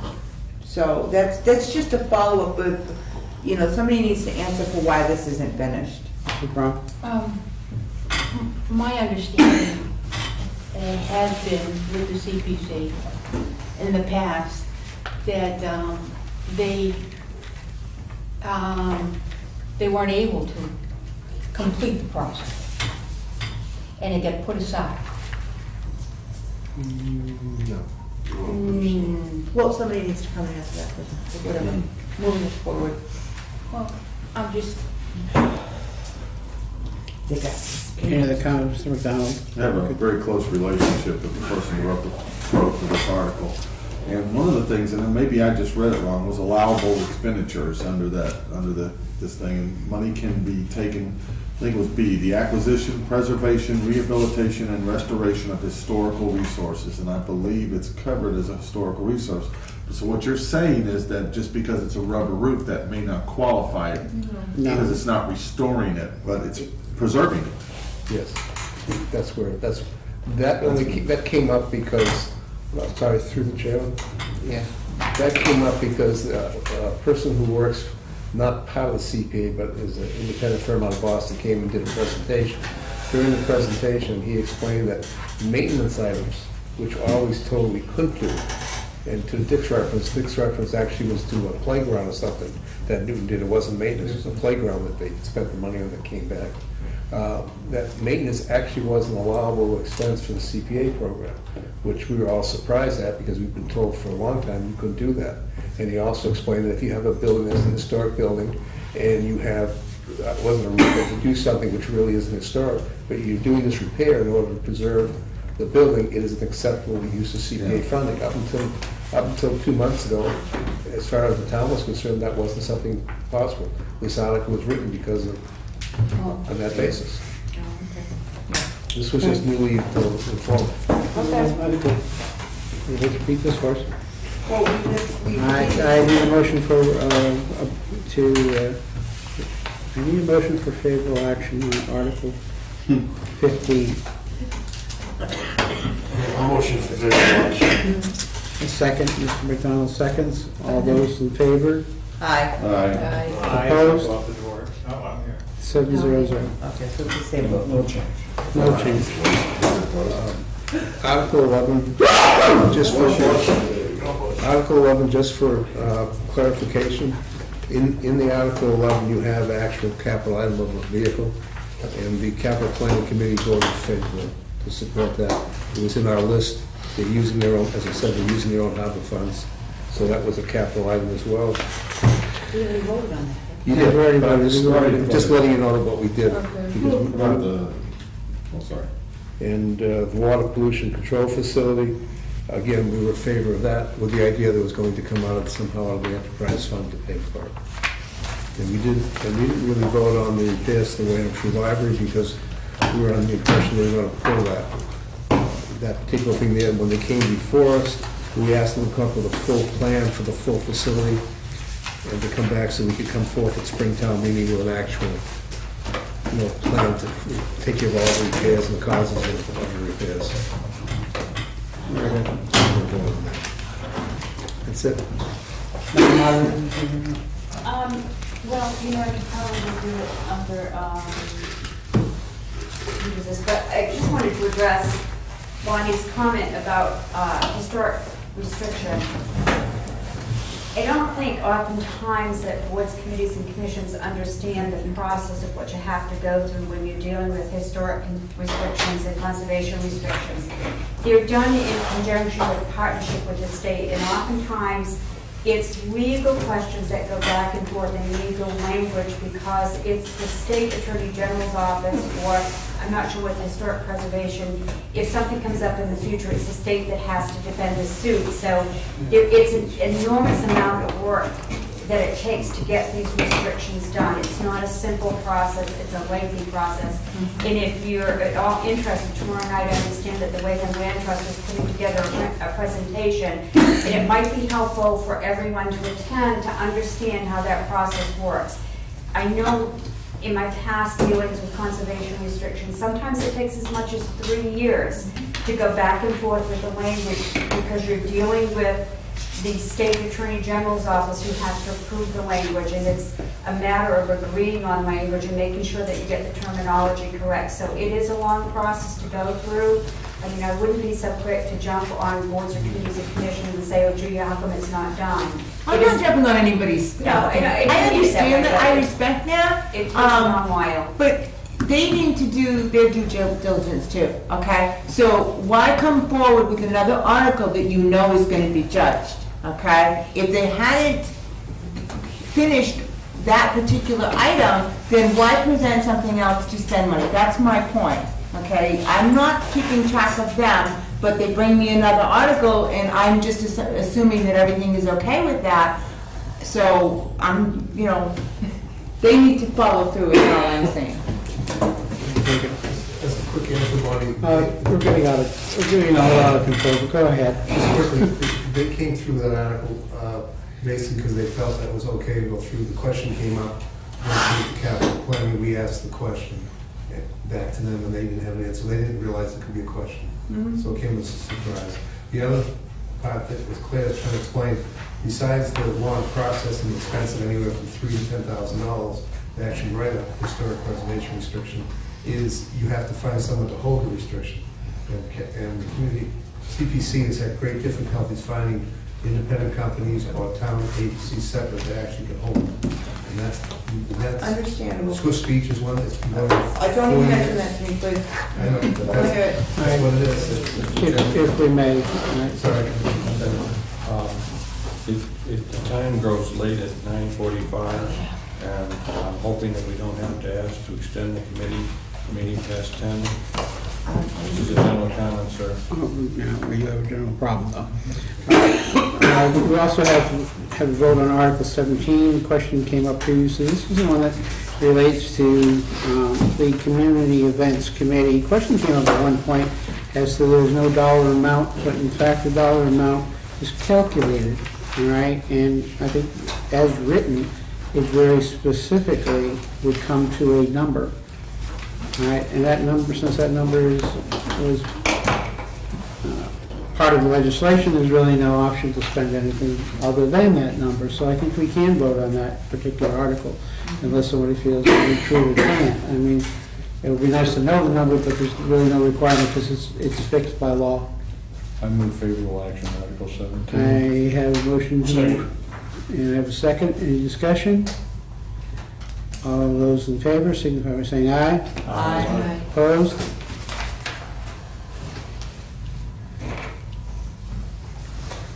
Article 18 has to do with earth removal regulation.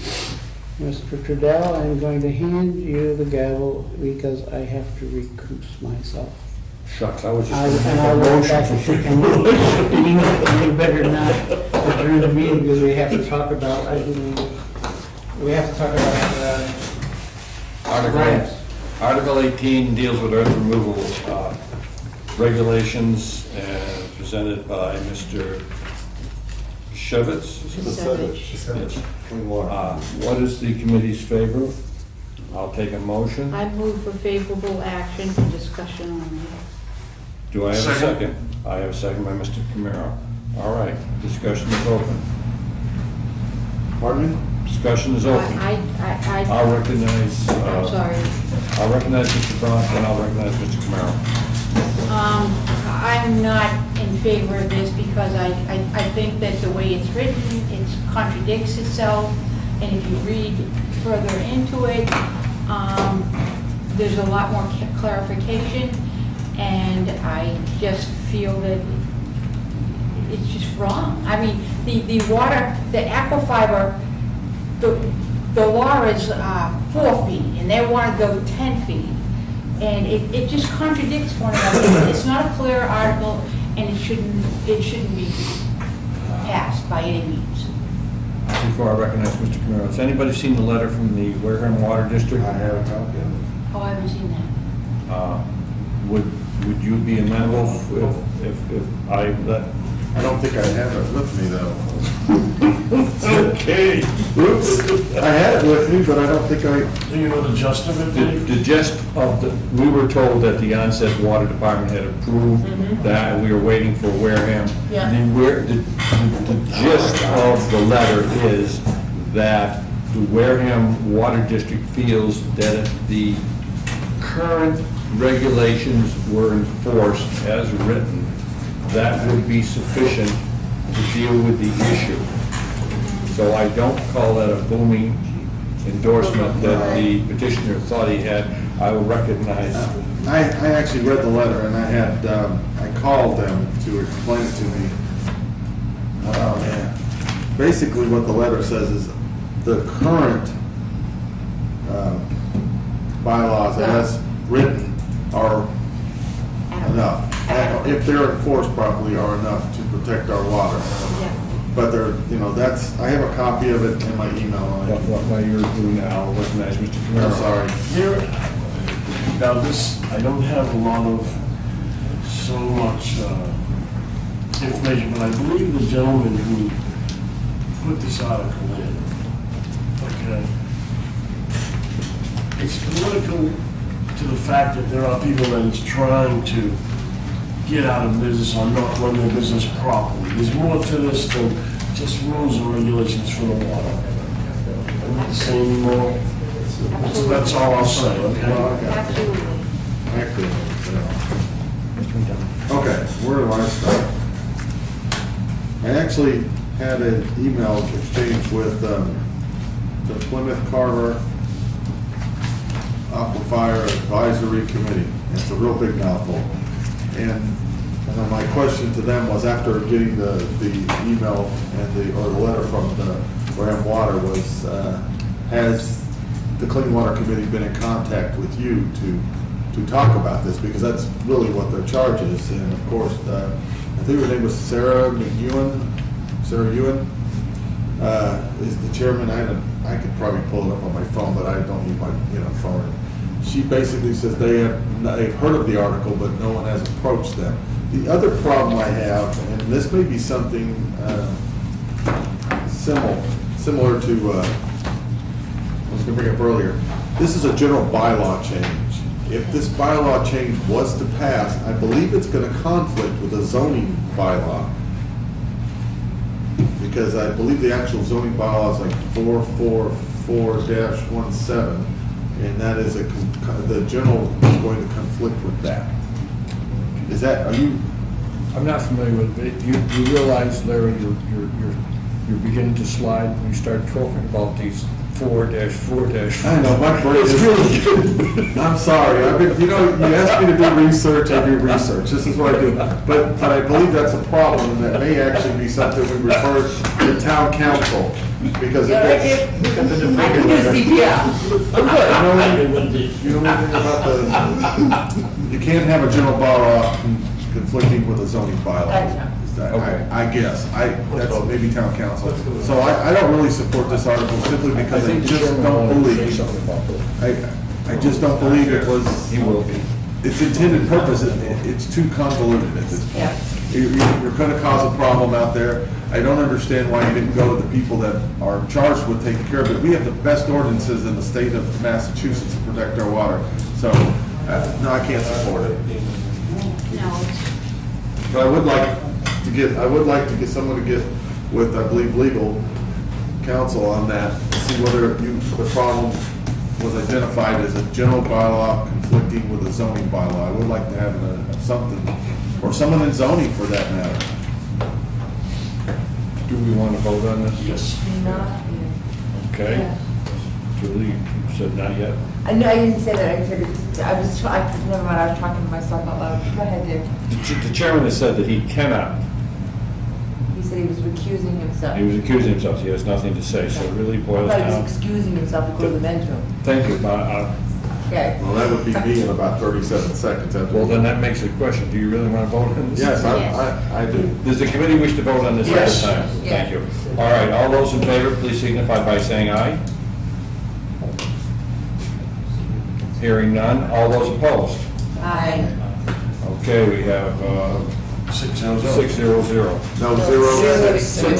Oh, 060, yes, thank you. Boy, can't take them anywhere. All right. Mr. Chairman, we've finished on Article 18. Can I have the scores? The score was 060. The scores are 7-0 and 3-2. I'm not going to tell you. I'm not going to tell you who's they had to do it for high. I was thinking 3-2. Can I help you folks out? What is, 6 up? What are we doing with these? So we can move on, we're closing on 10. All right, Articles 4 through 9, all right? Also, we have to take a vote on those, and basically, as I said earlier, without numbers, there's nothing we can really do. We don't know if they're going to be pulled. I don't think we can vote favorably. I will tell you the comment that I wrote. I would recommend you put it in. We're supposed to vote on anything that financially affects the town, but without a number, how can you do it? So I put the Finance Committee is against favorable action on any financial article related to labor contracts for which terms and dollar settlement have not been available for review and approval by the town meeting. An article was passed at the spring 2011 town meeting to reserve funds for potential future settlements. Until such time as actual agreements are made between the unions and the administration, the Finance Committee recommends leaving the spring article as written or amending it if an adjustment in the reserve is thought to be needed. Is it spring or fall? It was in the spring. It wasn't. Okay. It was adjusted in the spring. Thank you. That's the best I can say to each of these articles, and I would put it under each of the articles, and then just state that we did not vote for that reason, unless someone feels that we should take some kind of a vote.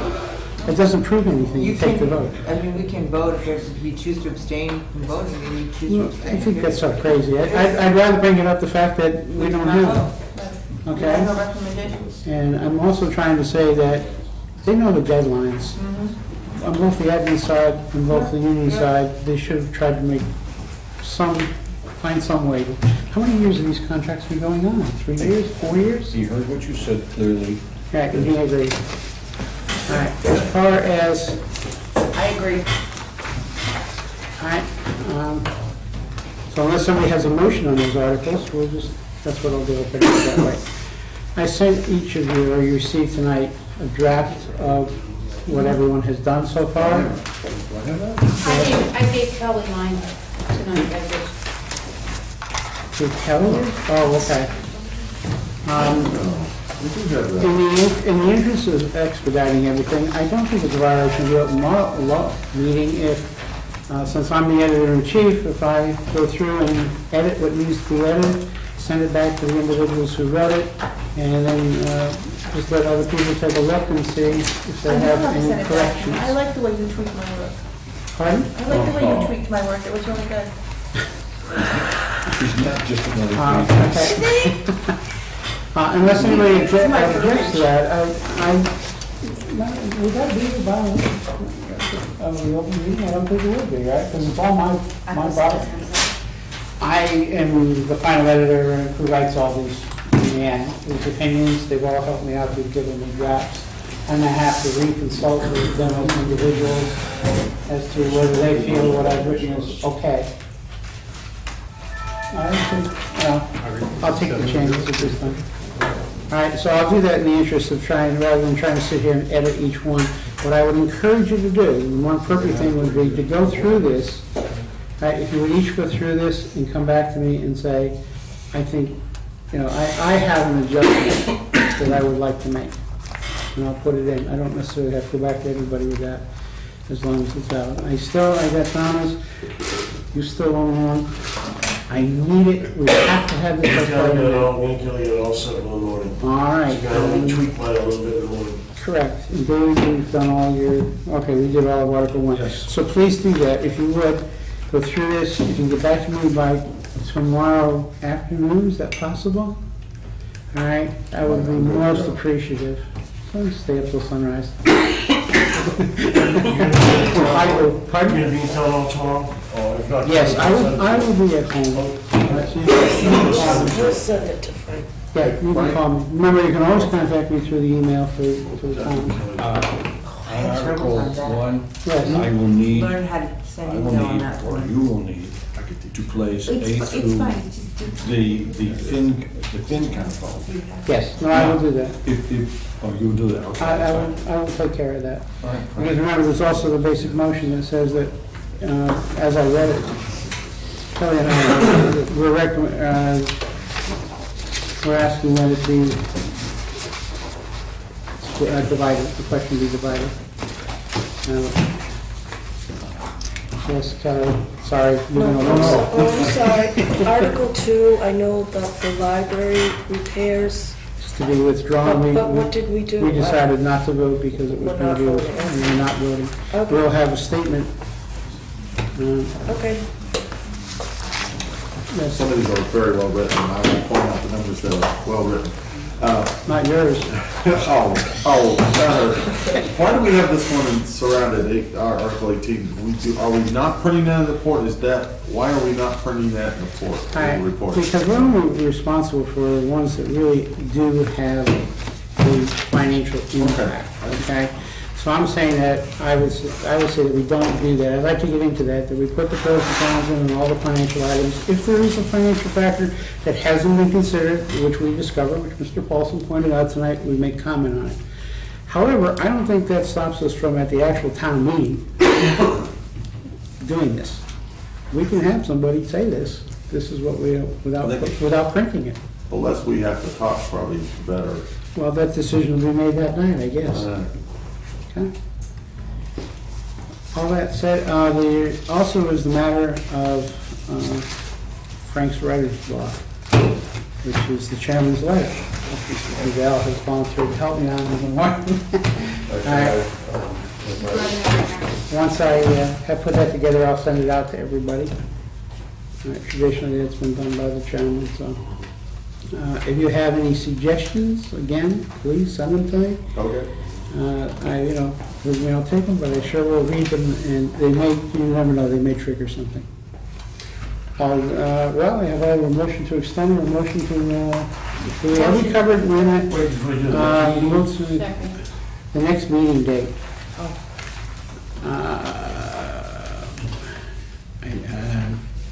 Mr. Trudell, when would you like to meet next?